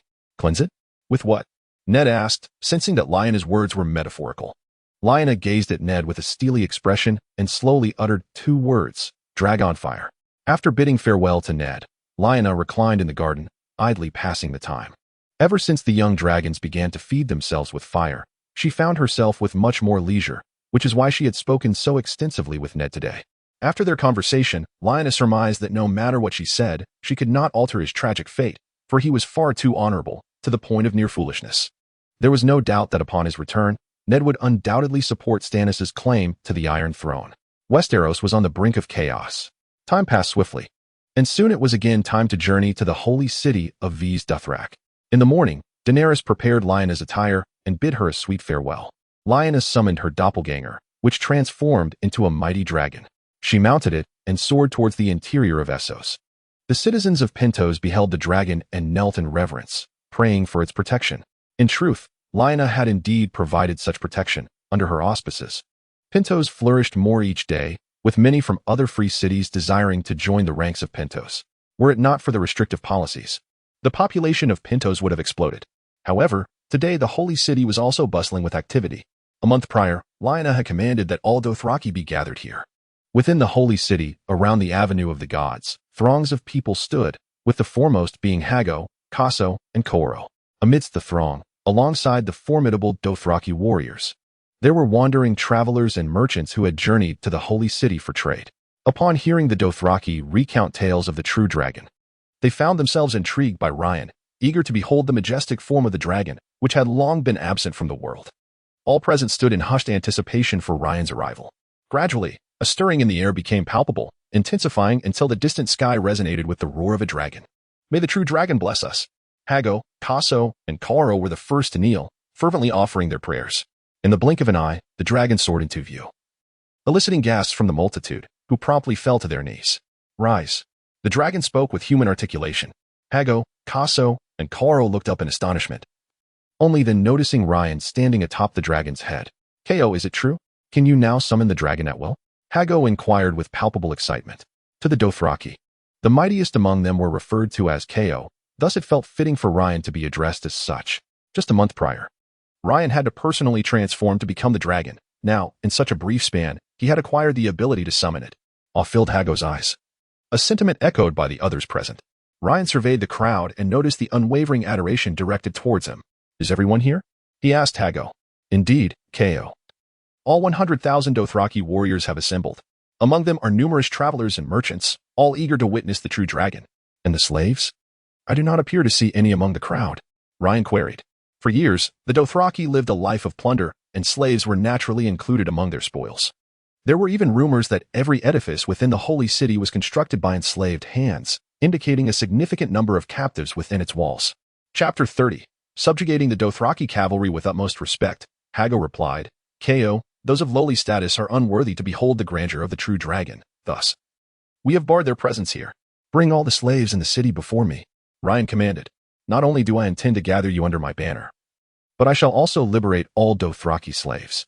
Though Hago could not comprehend this directive, he held no doubt regarding Ryan's command. He swiftly informed all the slaves within the city, instructing them to proceed to the Avenue of the Gods. For the son of the true dragon had come to liberate them. Soon, a new wave of individuals emerged, distinct from the rest. For each wore a leather collar around their neck, a mark of their enslavement, one they could never remove. Now, all in the holy city stood before Ryan. And as the dragon, controlled by his projection, lifted its head high, Ryan effortlessly ensured that all could see him. All Dothraki warriors, you address me as Cal. And I have heard you. Ryan raised his voice to its highest decibel, ensuring that all could hear his words. The title of Cal has always been reserved for the mightiest warriors of the Dothraki, and I am honored by your call. Traditionally, a Cal selects 3 bloodsworn to fight alongside him, pledging their lives for his protection. However, I am no mere Cal. I shall not limit myself to 3 bloodsworn. Every warrior of my blood is my kin. My expectations of you far exceed those of past Cows. Are you willing to join me in conquering this world? To pledge your loyalty from this moment forth, never to abandon me? Roar, roar, roar. All Dothraki warriors erupted into fervent cheers, raising their curved blades and thumping their chests. Responding to Ryan's call, expressing their willingness to follow him from this moment onward, for eternity. Witnessing this scene, a look of immense joy and pride spread across Ryan's face. The cavalry of the Horse Clan and the Unsullied are among the most loyal forces in the realm of Game of Thrones. And now he has finally acquired one of those factions. One of Ryan's objectives was to incorporate the Dothraki cavalry into his ranks. His other aim was to eradicate their barbaric customs of pillaging and slaughtering. Blood of my blood. You need no longer contemplate raiding some small village or abducting a shepherdess. Your sole focus should be on conquering nations alongside me and eradicating injustice and oppression therein. From this moment forward, no acts of pillage or murder shall be tolerated. If you desire something, strive for it through your own efforts. All Dothraki slaves shall shed their collars and gain their freedom. Should any of you wish to return home, I will ensure that my blood of blood provides sufficient funds for your journey. If you choose to remain, I will guarantee compensation commensurate to your labor. Within my domain, there shall be no slaves. Every individual shall enjoy equal human rights. As Ryan's words resonated, a new wave of cheers erupted from the former slaves as they discarded their collars into the air. The Dothraki had already pledged their loyalty to him, and they bore no objections to Ryan's liberation of the slaves. In summary, everyone now cheered for Ryan. The former slaves regarded him as a savior sent by the heavens to rescue them. Over 100,000 Dothraki cavalrymen readily fell under his command. Ding! The host has successfully incorporated the Dothraki cavalry into his ranks, taking another step on the path of the conqueror. Reward: 2 evolution points for the charm. 100 Valyrian steel curved blades. 3 dragon growth potions. Dragon growth potion reduces the growth time of dragons. Each vial can shorten the growth cycle of dragonkind by 5 years. The weapons and growth potions have been placed into the host's personal space. Upon seeing this new reward granted by the system, Ryan was elated, especially considering that this potion could significantly reduce the growth time of dragons. The dragons require precisely 5 years to mature from birth to adulthood, and it is only upon reaching maturity that they truly embrace their formidable prowess. These 3 vials of potions can instantly enhance the combat strength of Ryan by the equivalent of 3 colossal dragons. It would not be an exaggeration to deem them the finest reward thus far. Furthermore, the curved swords from the Dothraki, upon careful consideration, amount to an impressive 2 tons of Valyrian steel, even when estimating each sword at 20 kilograms. As for the rune evolution points, they are essential tools for Ryan to augment his innate abilities. Hargo, Ryan called out. Hargo responded with utmost reverence, yes, my lord, with a gentle wave of his hand. Ryan summoned the Valyrian steel curved swords from his spatial storage, revealing a plethora of weapons before Hargo. Ever since he began following Ryan, Hargo had witnessed the latter display a myriad of wondrous powers, and now, such scenes had become relatively unremarkable to him. However, among the assemblage, there were many who were encountering Ryan for the first time. They beheld as he descended from the sky atop a dragon, effortlessly subduing all the Dothraki warriors. And then with a mere gesture, conjured an array of weapons. Their gazes towards Ryan grew ever more fervent. Apologies. Starting tonight, I shall diligently pen the words owed. Those with data, please bestow a few votes for the child. Chapter 31. Balerion Steel Curved Swords. A reward among the crowd were numerous merchants from distant lands, well-versed in the ways of the world. Among them, keen-eyed individuals quickly discerned that the pile of weapons on the ground was extraordinary. Look, those Dothraki curved swords appear to be crafted from Balerion steel. One exclaimed. Indeed, only Balerion steel could emit such a dazzling brilliance under the intense sunlight. Another concurred.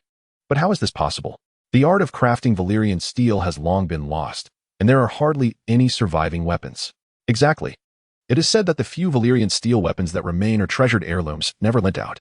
As the crowd buzzed with speculation, Ryan interjected.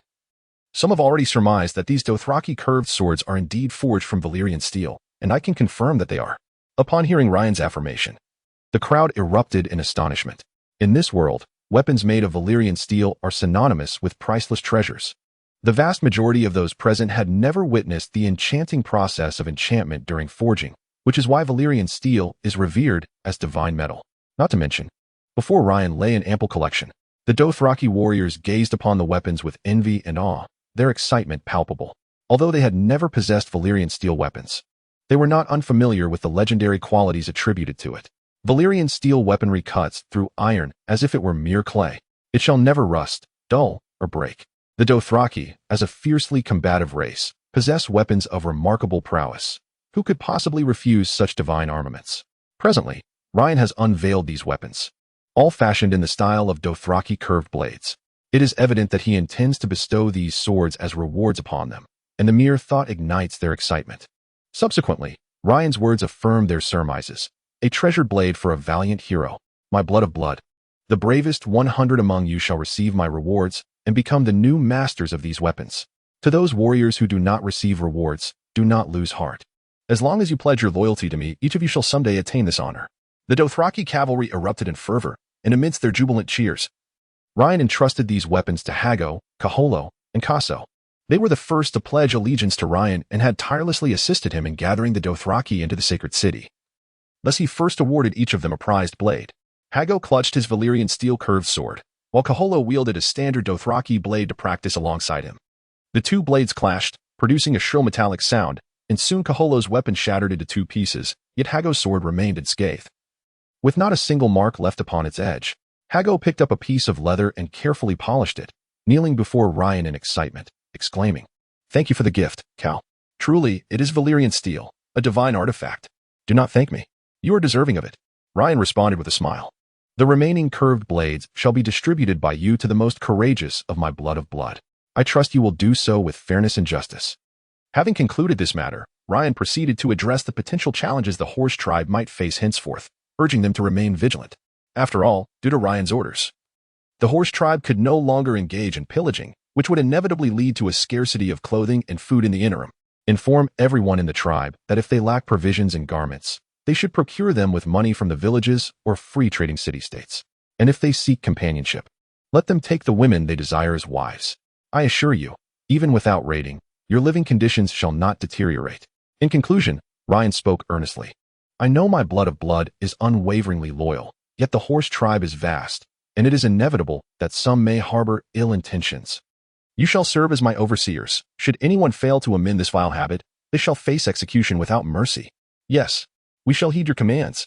The three Blood Alliance guards replied in unison.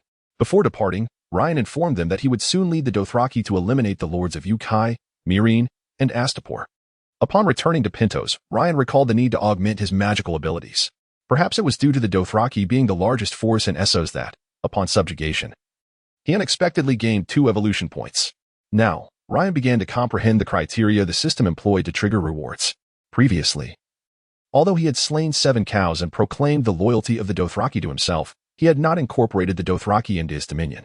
This time, Ryan merely delivered an oration, announcing the allegiance of the Horse tribe to his banner, and the system promptly triggered a reward, mirroring the earlier occasion when he brought Pentos under his wing.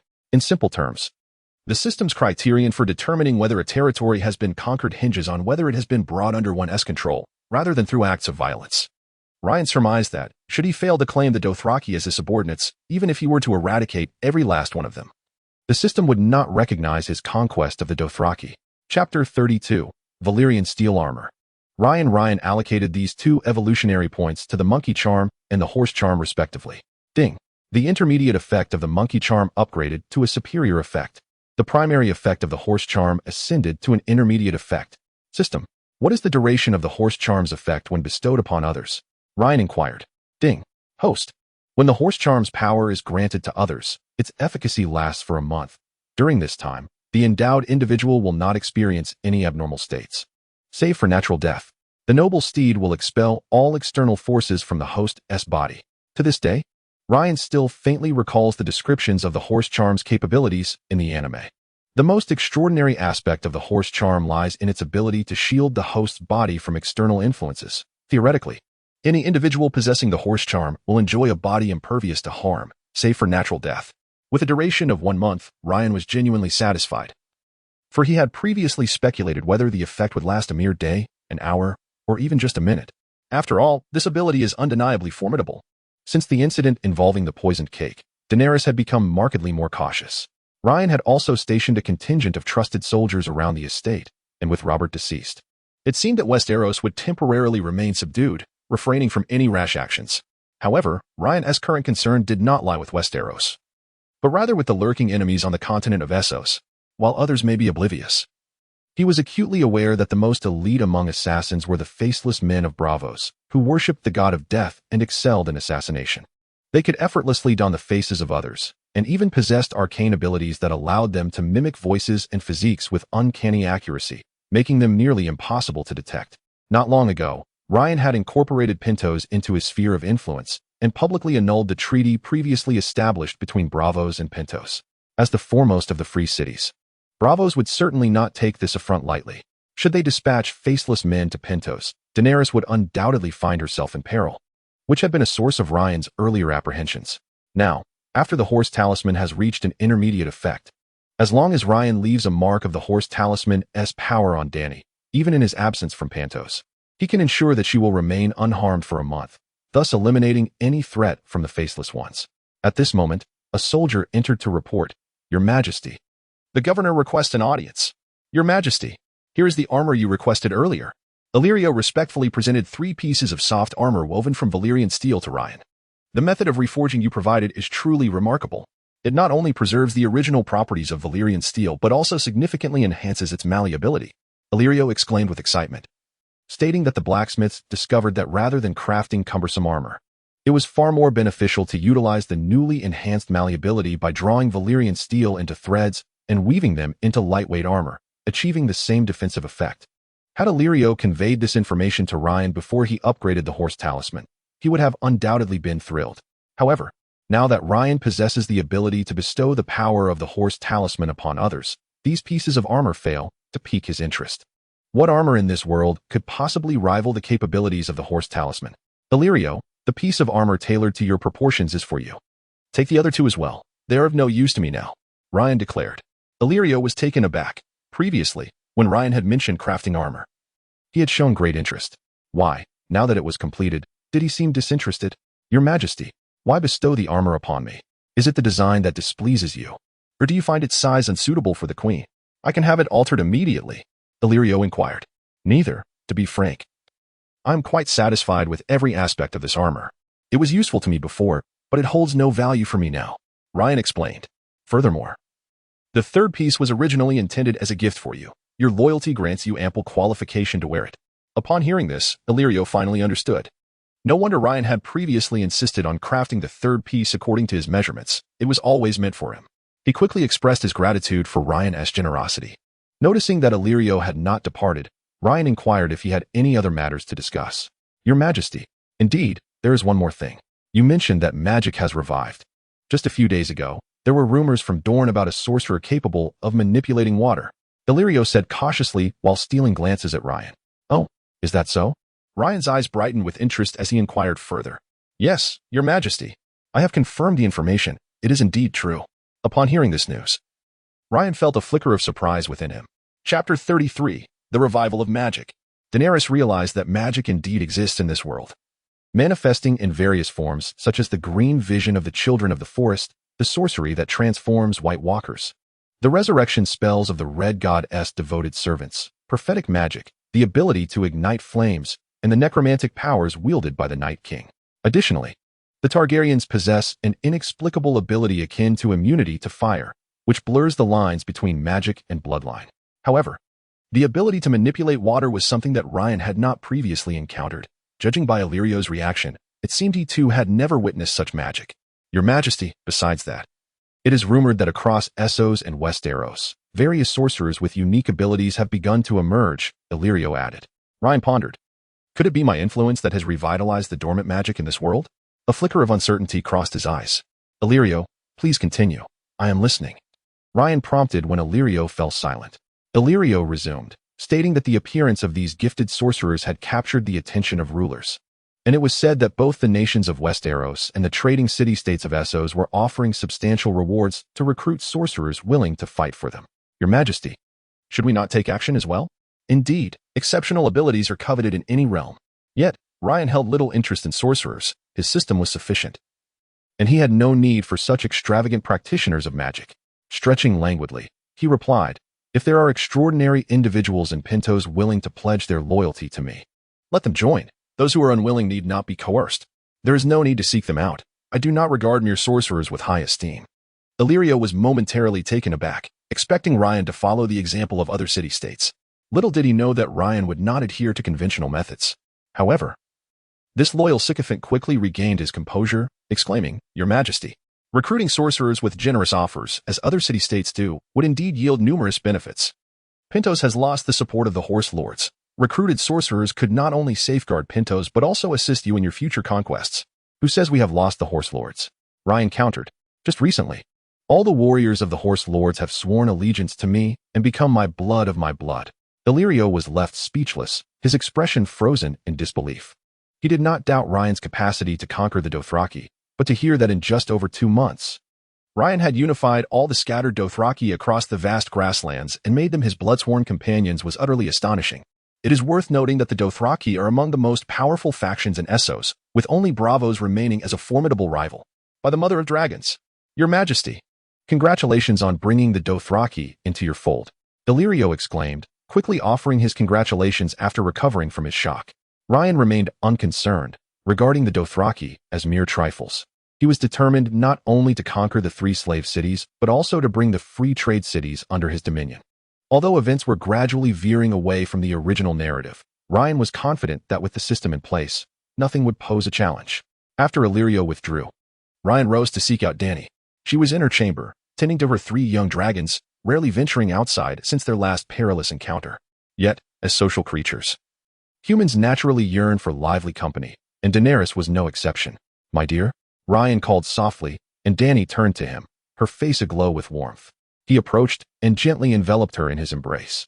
I have something wonderful to show you, Ryan said mysteriously, lifting Daenerys and placing her down at the foot of the bed. He opened her palm and infused it with the power of a horse talisman, which soon manifested as a horse-shaped pattern before vanishing. My dear, what is this? Daenerys inquired, her eyes brimming with curiosity. It is a protective charm I made for you. It will shield you and our children from harm, he explained while retrieving a small knife, having discarded unnecessary items since activating his system. I shall begin now, he announced, drawing the knife across her palm, causing Daenerys to close her eyes in trepidation. All done. You may open your eyes now. Why not give it a try yourself? Ryan encouraged, and only then did she dare to look.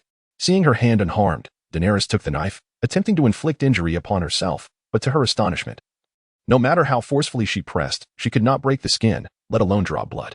Dany, it's more than that. For the next month, no harm can befall you. Ryan smiled at her, adding, from this moment on, you may do as you please without fear of danger.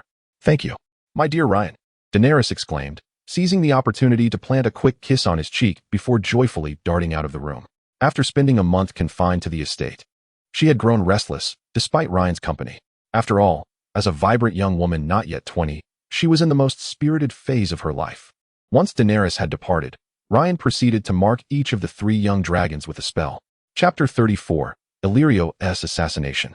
Braavos Daenerys had been out for quite some time, reveling in her newfound freedom, and only returned to the estate after sunset.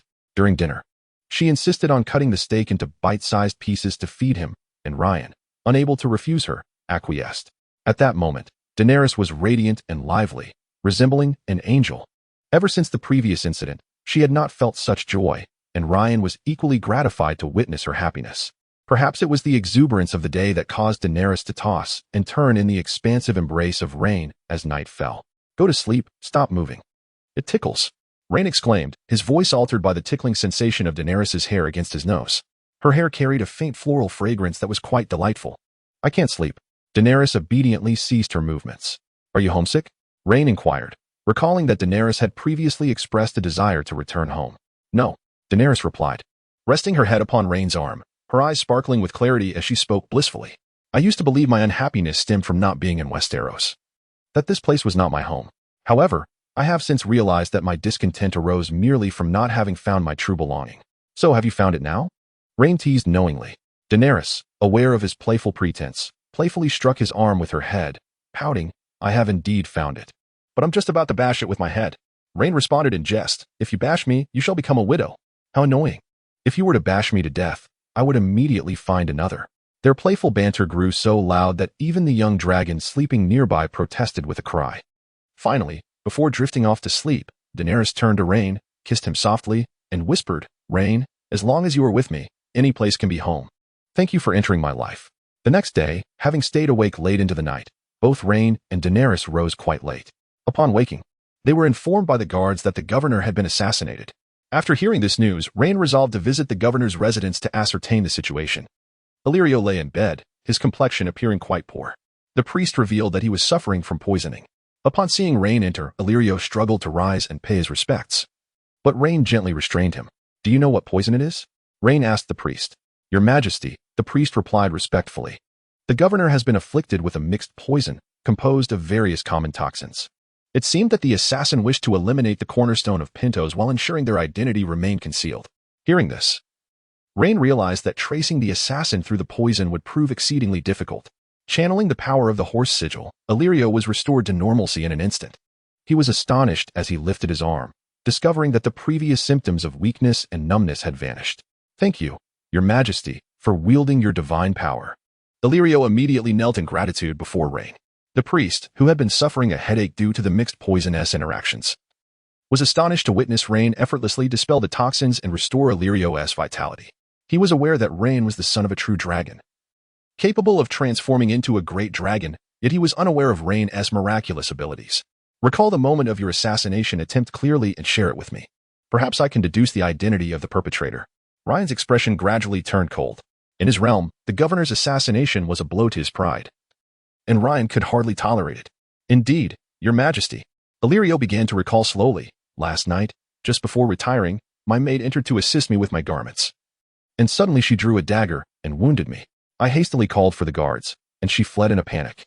She has served me diligently for many years. I cannot fathom why she would suddenly go mad. I owe my survival to the soft armor bestowed upon me by Your Majesty. Otherwise, I might have perished from her first strike." Ever since Ryan gifted him that armor, Illyrio had worn it as a badge of honor, reluctant to part with it even while sleeping. Upon hearing this, Ryan's countenance grew increasingly serious, for he sensed that the assailant was no ordinary foe. It was highly likely that the faceless men from Braavos were involved. Could it have been a faceless man from the House of Black and White? Ryan inquired. Braavos is shrouded in mystery, and the faceless men even more so, even among the people of Braavos. Those who do not become faceless men are unaware of their methods of assassination, let alone Illyrio, who has never set foot outside Pentos. Faceless men? I have indeed heard some rumors. The faceless men of the House of Black and White are reputed to be the most formidable assassins in the world, possessing not only exceptional skills but also an impeccable success rate, Illyrio asserted with conviction. Yet I am certain that the one who attacked me yesterday was that maid who has served me for years. She has never been to Braavos. Faceless men possess a secret art that allows them to assume the appearance of others, which is why they can commit murder without arousing suspicion, Ryan elucidated. Chapter 35. The turmoil of Westeros erupts. After witnessing Ryan's various abilities, Illyrio was no longer surprised to hear that faceless men could take on the guise of others. Even with the likelihood that the assassin originated from the House of Black and White, and possibly dispatched by Braavos, Illyrio felt powerless to act. The faceless men are accessible to the world. As long as one is willing to pay a sufficient price, anyone can engage their services. He could not sever ties with Braavos over a suspected faceless man assassin. Considering the possibility of another attack, Ryan bestowed upon Illyrio a talisman of horse magic. For the governance of Pentos still required his attention, and he could not afford any misfortune. Upon hearing that the talisman would ensure his absolute safety, Illyrio was filled with gratitude. Ryan then inquired if any significant events had transpired in the city recently. Illyrio replied that while nothing major had occurred, he discovered that the city's sorcerers had already been poached by other factions at high prices when he attempted to recruit them. At this, Ryan scoffed disdainfully, "It matters not. Illyrio, before the Dragon King, all beings are but ants, and sorcerers are no exception." Meanwhile, in Westeros, upon Ned's return to King's Landing, he found that the political landscape had dramatically shifted. Joffrey Baratheon has ascended to the throne, while Stannis remains foolishly at his side, seemingly oblivious. It appears that as soon as Ned departed, Cersei hastily proclaimed Robert's demise to the world. Furthermore, Oberyn Martell's paramour, the Sand Snake, has somehow learned of Oberyn's death and hurried back to the Water Gardens. Shortly thereafter, Daemon Martell declared Dorne's independence in Sunspear, severing all ties with House Baratheon. Ned realizes that chaos is imminent in the Seven Kingdoms. Although he had initially trusted Lisa during their conversation, he prudently refrained from disseminating the information regarding Joffrey's illegitimacy, opting instead to gather evidence discreetly. Under Lisa's counsel, Ned harbors a growing suspicion that Jon Arryn was murdered by Cersei after discovering that the Queen's children were not of the King's blood.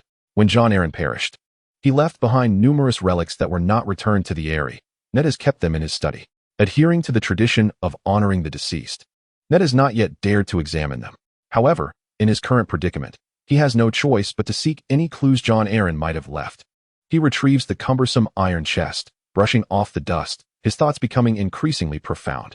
Jon Arryn, being significantly older than both Ned and Robert, had always regarded them as his own. When Robert and Ned rebelled against the Mad King, he was the first to rally his bannermen in support. Even in his twilight years, he named his child Robert Arryn, in homage to Robert Baratheon, the one who ended the Mad King's tyranny, which attests to his deep affection for Robert. If Jon Arryn was indeed murdered for investigating the legitimacy of Robert's children, then Ned cannot forgive the one who has committed this heinous act. Upon opening the iron chest, it becomes evident that Jon Arryn's possessions are sparse, perhaps having been tampered with, consisting only of a few garments and some writing implements from his tenure. After rummaging for a considerable time and finding nothing, just as he is about to return the garments to the chest, he discovers what appears to be a piece of paper hidden within the lining. Carefully extracting it, he finds it meticulously detailing the whereabouts of Robert's bastards, noting that all of Robert's illegitimate offspring are dark-haired, while the 3 children in the Red Keep are all golden-haired. Upon this revelation, Ned is struck with clarity. No wonder Bran was pushed from the tower. No wonder Jon Arryn met with an untimely end. They both uncovered the Queen's little secret. With this thought, he hastily pins 2 letters, one to return to the north, informing Lord Rickard Stark that the Emperor in King's Landing is an impostor, urging him to muster his forces and march south to support Stannis as king. Another letter was dispatched to Dragonstone, where Stannis, upon Ned's return to King's Landing, had already returned the hand of the King's badge to him and retreated to his own fief. Simultaneously, he informed the currently present Loras Tyrell in King's Landing, hoping for his support in aiding his brother to reclaim the throne. Upon hearing this news, Loras was taken aback, but after regaining his composure, he conveyed to Ned that his vassals and forces were stationed in the Stormlands, and he must return to muster support for his brother Stannis. Having said this, he immediately rode back to his stronghold, Storm's End. However, the conversation between Ned and Loras was overheard by Peter, who promptly relayed the information to Cersei. Previously, Jon Arryn had discovered that Robert's children were not his own, a revelation that Peter had detected, and after conferring with Cersei, they conspired with Jon Arryn's wife, Lisa Arryn, to murder him using the Tears of Lys. Chapter 36. The Game of Thrones has commenced. Ned initially intended to discreetly send his daughters back to the north while he remained in King's Landing, hoping to avoid the Lannister scrutiny. Yet, ultimately, he miscalculated. At this moment, Sansa was still a naive girl, innocent and yearning for power. Her sole desire was to marry Joffrey and become his queen. Just as Ned was persuading Sansa to leave, he was seized by the King's Guard, led by Cersei, who had been informed of the situation.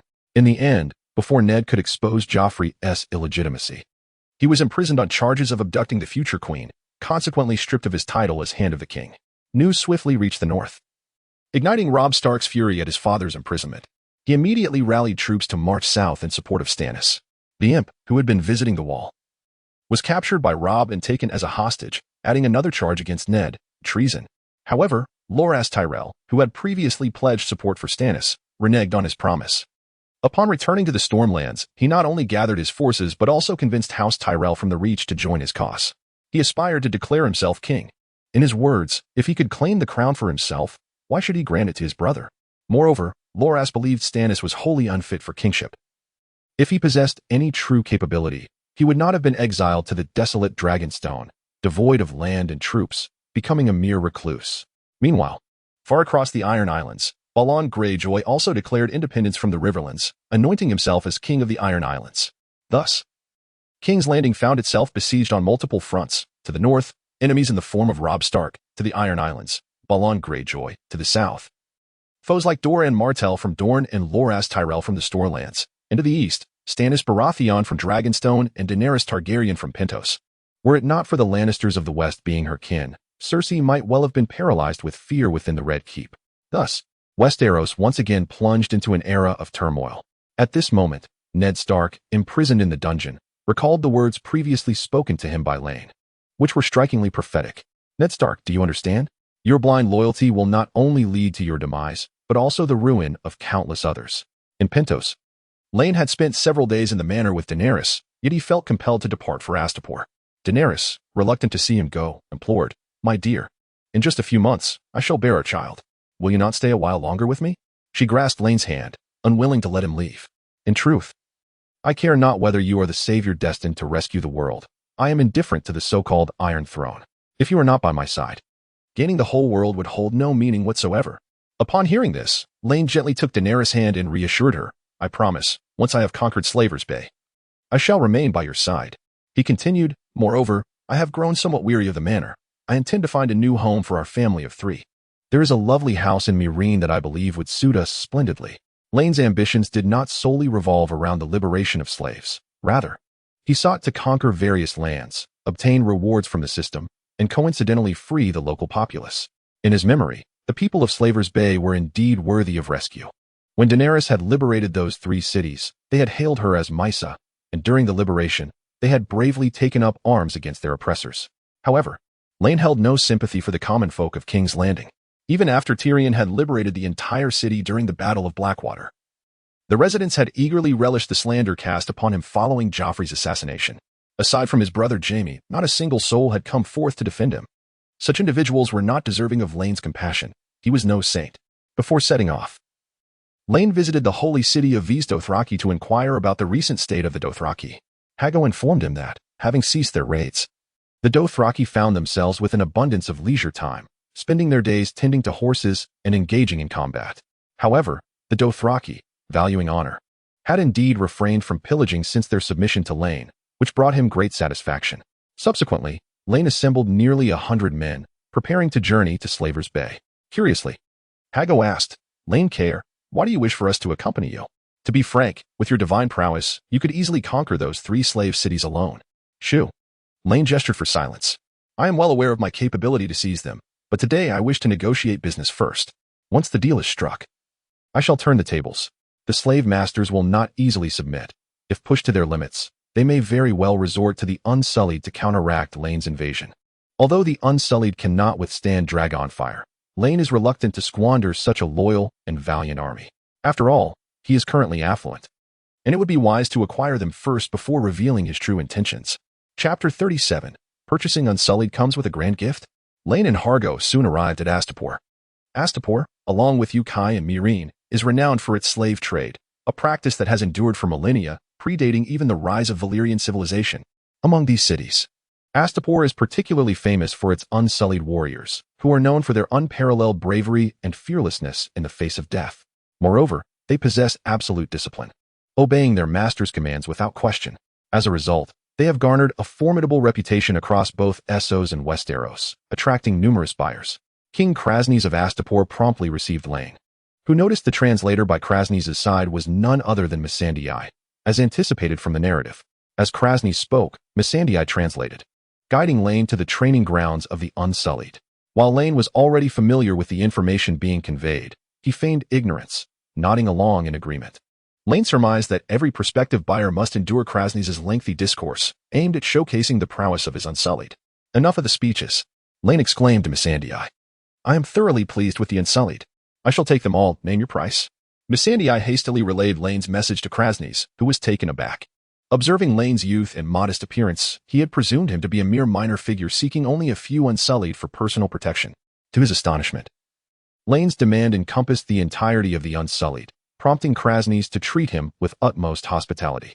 Subsequently, Missandei informed Lane that the price for each Unsullied was 10 gold dragons. Since Lane was purchasing the entire lot, Krasny, in gratitude, would additionally offer 200 young bed slaves and servants. Upon hearing this, Lane's face flushed with embarrassment. Contemplating the enormity of the bed required to accommodate such a number. Quickly recovering, he stated, inform Krasny that I will accept the servants, but I shall forego the bed slaves. If he wishes to express his gratitude, let him gift me you. Missandei conveyed Lane's words to Krasny, who regarded Lane with a curious expression before glancing at Missandei. It seemed he grasped the implication, nodding with a smile, indicating that it would be no issue. Missandei, possessing both beauty and intellect, proficient in multiple languages, made Krasny find it entirely reasonable that Lane would take an interest in her. Krasny was initially inclined to appoint Missandei as his translator due to her admirable appearance and sharp intellect. Missandei facilitated his dealings with various buyers of the Unsullied, sparing him considerable effort. Although her absence was regrettable, Krasny, having ascended to the throne of Astapor, was presented with an unprecedented opportunity and was reluctant to offend a significant buyer like Lion over a mere translator. Subsequently, Krasny informed Lion that the total number of Unsullied in the city, including those still in training, exceeded 10,000, and inquired how Lion intended to settle the payment. Upon observing Krasny's reaction upon his arrival in Astapor, Lion surmised that the city was likely unaware of his dealings in Pentos and Dothraki lands, and he had no intention of revealing too much. 100,000 gold dragons will be dispatched overnight for delivery tomorrow, Lion declared. Having decisively dealt with the governors of Pentos, coupled with system rewards, he possessed nearly 2 million gold dragons in his spatial vault, more than sufficient to procure an entire legion of Unsullied. Once Krasny comprehended the situation, he rushed over, excitedly shook Lion's hand, and expressed his desire for Lion to stay in Astapor to celebrate this monumental transaction, allowing him to experience the hospitality of the Astaporians. Krasny arranged for them to reside in the most opulent mansion, where Lion and his entourage settled in. Ever since the conclusion of the transaction, Missandei had been cautiously following Lion's side. Lion provided his attendants with a sum of money, granting them the freedom to explore while he strolled through the city of Astapor alone with Missandei. As they walked down the bustling streets, passers-by cast curious glances at Lion and Missandei. Why are they staring at us? Lion inquired. Master, Missandei swiftly replied upon hearing his question. It is rare for Krasny to host outsiders overnight, and your attire starkly contrasts with that of the Astaporians, naturally piquing their curiosity. In Missandei's eyes, Krasny was her former master, and now that Lion had taken her as if a gift, he had become her new master. You need not call me master. You are no longer a slave. Just call me Lion, he smiled as he addressed Missandei. Upon hearing her words, Lion pondered to himself that it seemed Krasny truly regarded him as an esteemed guest. However, after tonight, she would soon witness a different side of him. As they continued their walk, Lion observed that every individual in the vicinity, be it pedestrians or vendors or collars, indicating that they were all slaves. Chapter 38, The Blood and Tears of Slaves. Wait, why does everyone here wear collars? Are there no free people in the city? Do you not rebel? Lion asked Missandei. Master, in the city, aside from the great masters, everyone else is a slave. Missand remarked that the children of the great lords are born as great lords, while the children of slaves are destined to be slaves, a tradition that has endured for millennia in Astapor, Ukai, and Meereen. Subsequently, Ryan learned much from Missand regarding the plight of the slaves in Astapor. From birth, they are shackled with collars, which serve not only as a symbol of their servitude, but also as a constant reminder to their masters that they are slaves, and that their offspring will inevitably follow the same fate, a reality that remains unaltered through generations. The slave masters indoctrinate them from a young age, instilling the belief that only through obedient service to the great lords can they hope to survive. Otherwise, death awaits.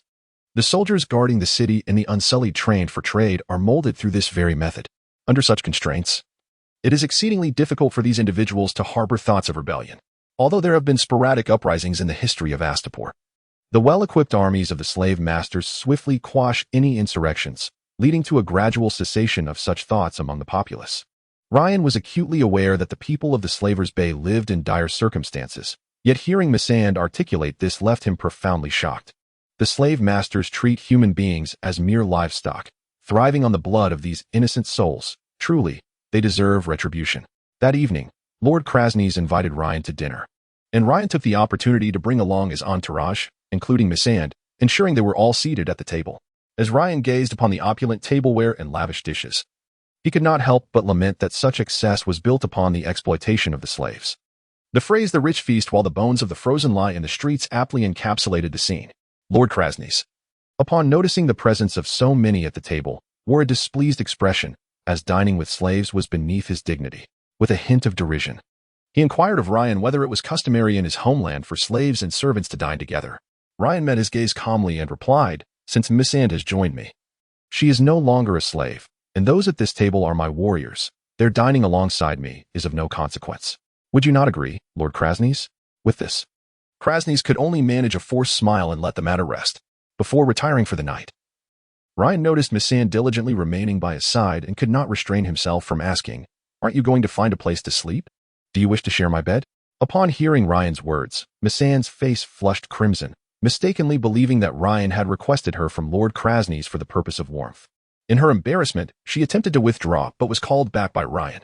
"Stay and converse with me for a while. I am still unaccustomed to the food of Astapor." "How did you fare this evening? Were you satisfied?" Ryan inquired with genuine concern. Missandei shook her head, then quickly nodded, leaving Ryan utterly perplexed. "Are you saying you were not satisfied, or that you were?" Ryan sat with his legs crossed, smiling at her. "Do take a seat. There is no need to be so formal in my presence." Missandei immediately complied, sitting upright in her chair as if commanded. "Master, I am quite full. The food was incredibly delicious, perhaps the most exquisite I have ever tasted in my life," she replied with utmost decorum. Despite Ryan's repeated reassurances that she was no longer a slave and need not address him as master, the ingrained perception of herself as a servant remained deeply rooted in her subconscious. Alas, it seemed that her servitude was ingrained, and only time would allow for her gradual reformation, Ryan mused, pouring himself a glass of wine from the table. Ryan then filled a glass for Missandei as well. As she cautiously sipped from her glass, a peculiar expression crossed her face. Unable to contain himself, Ryan chuckled at the sight. Observing the golden liquid in his glass, he gently swirled it and inquired if Missandei knew what kind of wine it was. She shook her head in response. "This is golden wine, the finest in the world, hailing from the distant shores of the Summer Sea on Qingding Island. Renowned for its divine nectar, it is said that in Westeros, people would even trade their own children for a barrel of golden wine. Is this your reaction?" Upon hearing this, Missandei hastily set down her glass and rose to apologize to Ryan. "Master, I beg your pardon. I cannot drink this wine." Ryan surmised that the extravagant indulgences of slave owners were built upon the backs of countless slaves, making Missandei's reluctance to partake entirely understandable. His earlier inquiry about whether she was full was also deliberately posed, for she had hardly eaten anything at the dining table that evening. When he heard her response, he recognized her deception. He had noticed during dinner that despite her evident longing for the delectable food, she had only consumed a meager portion of the cheapest bread.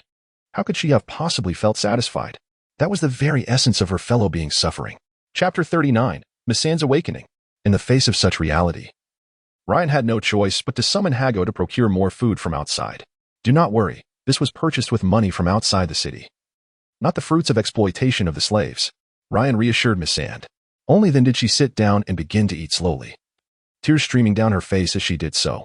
This startled Ryan, who quickly remarked, "Enjoy your meal, but please, do not cry. I cannot bear to see a young lady in tears. One might think I have wronged you." During their escape, while Daenerys rarely cried, whenever she did, Ryan was utterly at a loss. Missandei wiped her tear-streaked face and shyly smiled, saying, "Master, I am so sorry. I am simply overwhelmed with joy." As a slave, many in the city shared Missandei's ignorance of what freedom truly meant. After enduring prolonged physical and psychological confinement, their innate nature had been reduced to mere obedience, absolute subservience to their masters. Until this evening, so late, Missandei witnessed Ryan's intention to procure food, and immediately a servant returned with provisions. It dawned upon her that the ability to act according to one's own desires is, in essence, a fundamental human right. "I had believed that my entire existence would be spent under the whip of a great master, but it was only upon meeting you today that I realized the true purpose of life."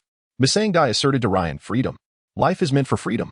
Without freedom, Existence is merely a hollow shell, devoid of significance.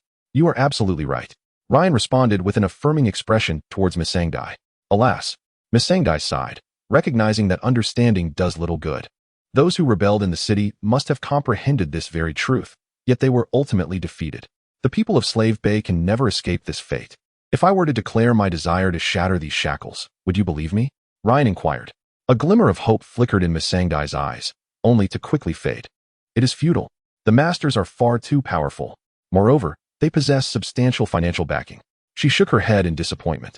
For several free trade city-states had invested considerable sums in Slave Bay, and even the Iron Vault, fully aware of Bravo's prohibition on the slave trade, continued to invest here. Even if a master were to purchase an innocent, they would not stand a chance against the great masters. Furthermore, I have heard that the great masters recently paid a handsome sum to employ sorcerers with extraordinary abilities to protect the city. Such individuals are beyond the capacity of ordinary people to contend with. Very well. A bit of self-deprecating humor from Ryan revealed his disappointment, and he then said, "It is getting late. I must rest. You should also retire early." Upon hearing this, Missandei hesitated and said, "Master, you wouldn't genuinely wish to share a bed with me, would you?" Noting her coyness, Ryan retorted, "While you are indeed beautiful, I must inform you that I am married and cannot act indiscreetly." The character Missandei in the story does not seem so forward. Even if she were, it would not matter, for he is already married, and Dany is at home awaiting him with a growing belly. He must not be so reckless, he thought to himself. Hearing Ryan mention it for the second time, her face flushed again, and she hurriedly clarified, "No, master. I wanted to inform you that I seem to have nowhere to stay." Ryan suddenly understood. She had been purchased by him and could no longer return to Lord Crosney, who had not prepared a room for her. Thus, she had nowhere to go. After all this time, it turned out she had misconstrued the situation. Ryan awkwardly coughed to alleviate the tension, saying, "I will have Wu Shue prepare a single room for you. Please make do for now." The room was quickly cleaned, and Missandei moved in. Though it was infinitely better than a straw mat, after the lights were extinguished, she lay on the soft, spacious bed. Unable to fall asleep for a long time, her mind occupied with Ryan's earlier words. Ryan was unlike anyone she had encountered before, elegant and genuinely kind, compassionate and virtuous. Crosney regarded her merely as a translation machine, summoned at will. Should he desire it, Missandei was certain she would willingly offer her first time. For he was the first noble to grace her life. It was only after the appearance of rain that she felt her existence infused with color. However, it seemed he harbored no affection for her. Missandei mused, wondering who among them was fortunate enough to wed him. In another palace, brightly lit, Crosney and another noble were clandestinely plotting. That buyer seems quite affluent. Perhaps we should summon some capable individuals to abduct him tonight and later demand a ransom from his family? Crosney proposed. Absolutely not. The other noble retorted. If he is kidnapped in the city, word will spread, and everyone will know it was us engaging in illicit dealings. This would severely tarnish our reputation and could jeopardize future transactions involving the pure. Isn't it sufficient if no one discovers the truth? A smug smile crept across Crosney's face. I recently recruited several Shadowbinders from Volantis. As long as there is blood relation, one can eliminate without a trace. Once the fool's family pays the ransom, we need not return him, and we could extinguish his kin with their own blood. Consider this carefully. We toil year-round, yet hardly train a handful of the pure. The profits are hard-earned. Is that so wrong? Crosney brusquely interrupted. While we may be engaged in the slave trade, we also value integrity. What is wrong with it? Crosney snapped, recalling how the noble had brought a throng of servants and slaves to his banquet, forcing him to dine with those beneath contempt. If he seeks his own demise, he cannot blame me for my ruthlessness. After midnight, several masked figures stealthily infiltrated Rain's chamber. As the night dragged on without Crosney's men returning with Rain, he feigned normalcy while attending to him. During breakfast, Crosney covertly observed Rain, noting his tranquil demeanor, as if he had encountered no disturbance the previous night. Useless bunch. Not a single one of them is of any help. Crosney silently cursed. After breakfast, Hago and several attendants brought in a large chest containing 100,000 gold dragons. Given such an enormous sum, it was impractical to count them individually. Crosney ordered a scale to be brought, and soon the number of gold dragons was accurately determined, with no other recourse. And in light of the failed abduction and the substantial sum presented, Crosney had no choice but to surrender all the pure in the city to Rain. Holding the scepter fashioned in the form of a pure golden sphinx, Ryan understood that the Legion of the Pure would now heed his commands. A chime echoed in his mind. Host has successfully subdued the Legion of the Pure. Reward, Mastery of Balerion. With the scepter in hand, Ryan approached the legion and proclaimed in Balerion, "O pure ones, grasp your spears and shields, and slay the slave masters who have stolen your freedom. Shatter the shackles of all enslaved." No sooner had his words resonated than a whip-wielding slave master was pierced by the spears of the pure. The slave masters, devoid of any combat prowess, stood no chance against the well-equipped and loyal pure. As more and more slave masters met their demise beneath the spears, chaos erupted throughout Astapor. Even Krosny, the lord of the estate, who had been admiring his golden dragon, was stirred by the commotion. Soldiers fleeing the scene informed him that the buyer from the previous day had acquired a commanding scepter and instigated a rebellion among the pure within the city. Krosny, leading his troops with an air of authority, arrived at the site of the upheaval, poised to suppress the insurrection, only to find Ryan standing idly by. On one side stood nearly 10,000 trained pure, while on the other, all the soldiers of the city. He was the mastermind behind it all. They must eliminate this wretch and reclaim the scepter. Krosny bellowed.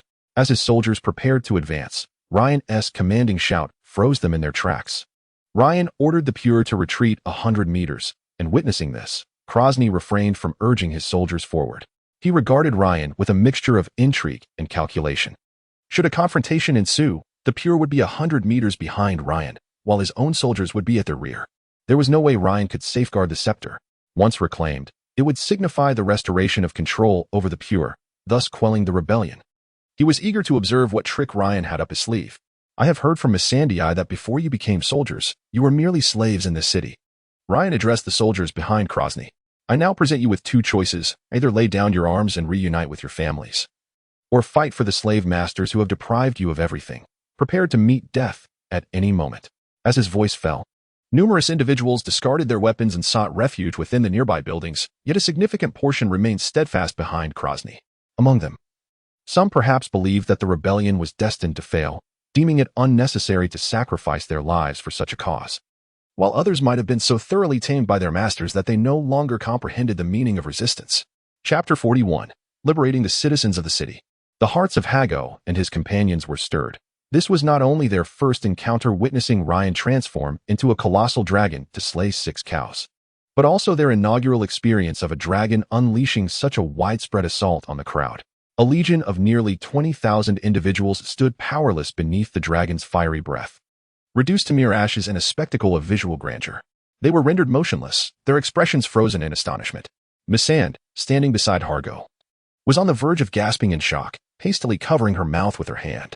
Line, prioritizing the separation of the dragon's avatar, was unconcerned about the chaos it might unleash, as their visual connection ensured he could trust the avatar to refrain from indiscriminate destruction. He returned to his companions and the purified ones, instructing them to seek out any remaining slavers hidden within the city and eliminate them entirely. His followers bowed respectfully, chanting, "May the true dragon bless our lord," before setting off to fulfill their mission. The purified ones followed suit, scouring the city for the remnants of the fallen tyrant, leaving only Line and Missandei behind. "Are you all right?" Line inquired, noticing the delicate tremor in Missandei's slender arms. It was evident that this was her first encounter with such a magnificent creature, and she was awestruck by its might, far beyond her comprehension.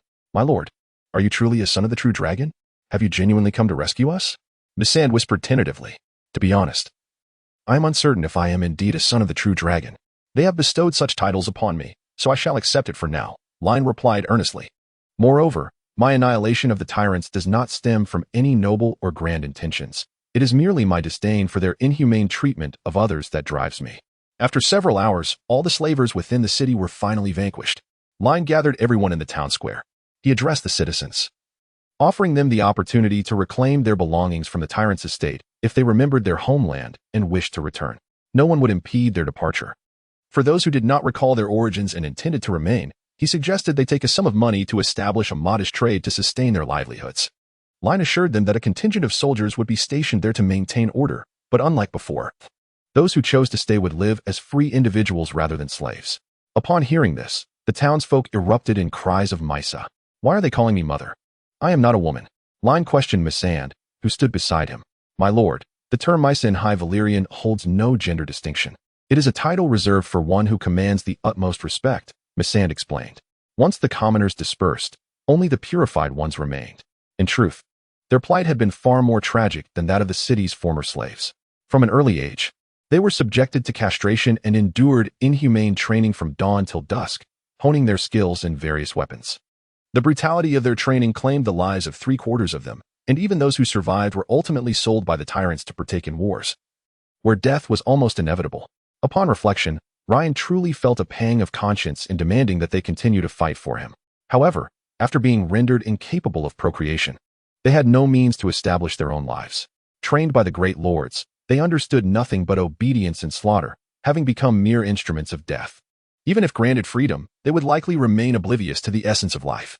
Innocence, from this moment forth, you are free, Ryan proclaimed. His tone markedly subdued compared to before. Faced with the innocence, he felt as though he were grasping a scalding hot potato, neither able to discard it nor to embrace it fully. Observing Ryan's demeanor, Missandei took the gilded scepter from his hand and cast it to the ground, trampling it fiercely. Innocence, your lives have been shackled by servitude, but from today, you are liberated. Those who wish to depart from the army may do so. I assure you on behalf of my master that no one shall harm or hinder you. She continued, for those who choose to remain, do you wish to fight for the illustrious son of the true dragon as free men? Upon glancing around, Ryan noted that not a single soul opted to leave the ranks, prompting a heavy sigh. Just as he had surmised, the innocents, even if they wished to depart, were uncertain of where to go or what to do, likely contemplating that it was best not to leave after all. Initially, the innocents stood in silence until one began to respond to Missandei by thrusting a spear into the ground, followed by an increasing number joining in until the entire assembly echoed her call. Thank you. Ryan expressed his gratitude to Missandei. She returned his gesture with a polite smile, stating, you are not only a good person but also a kind-hearted one. I can see that clearly.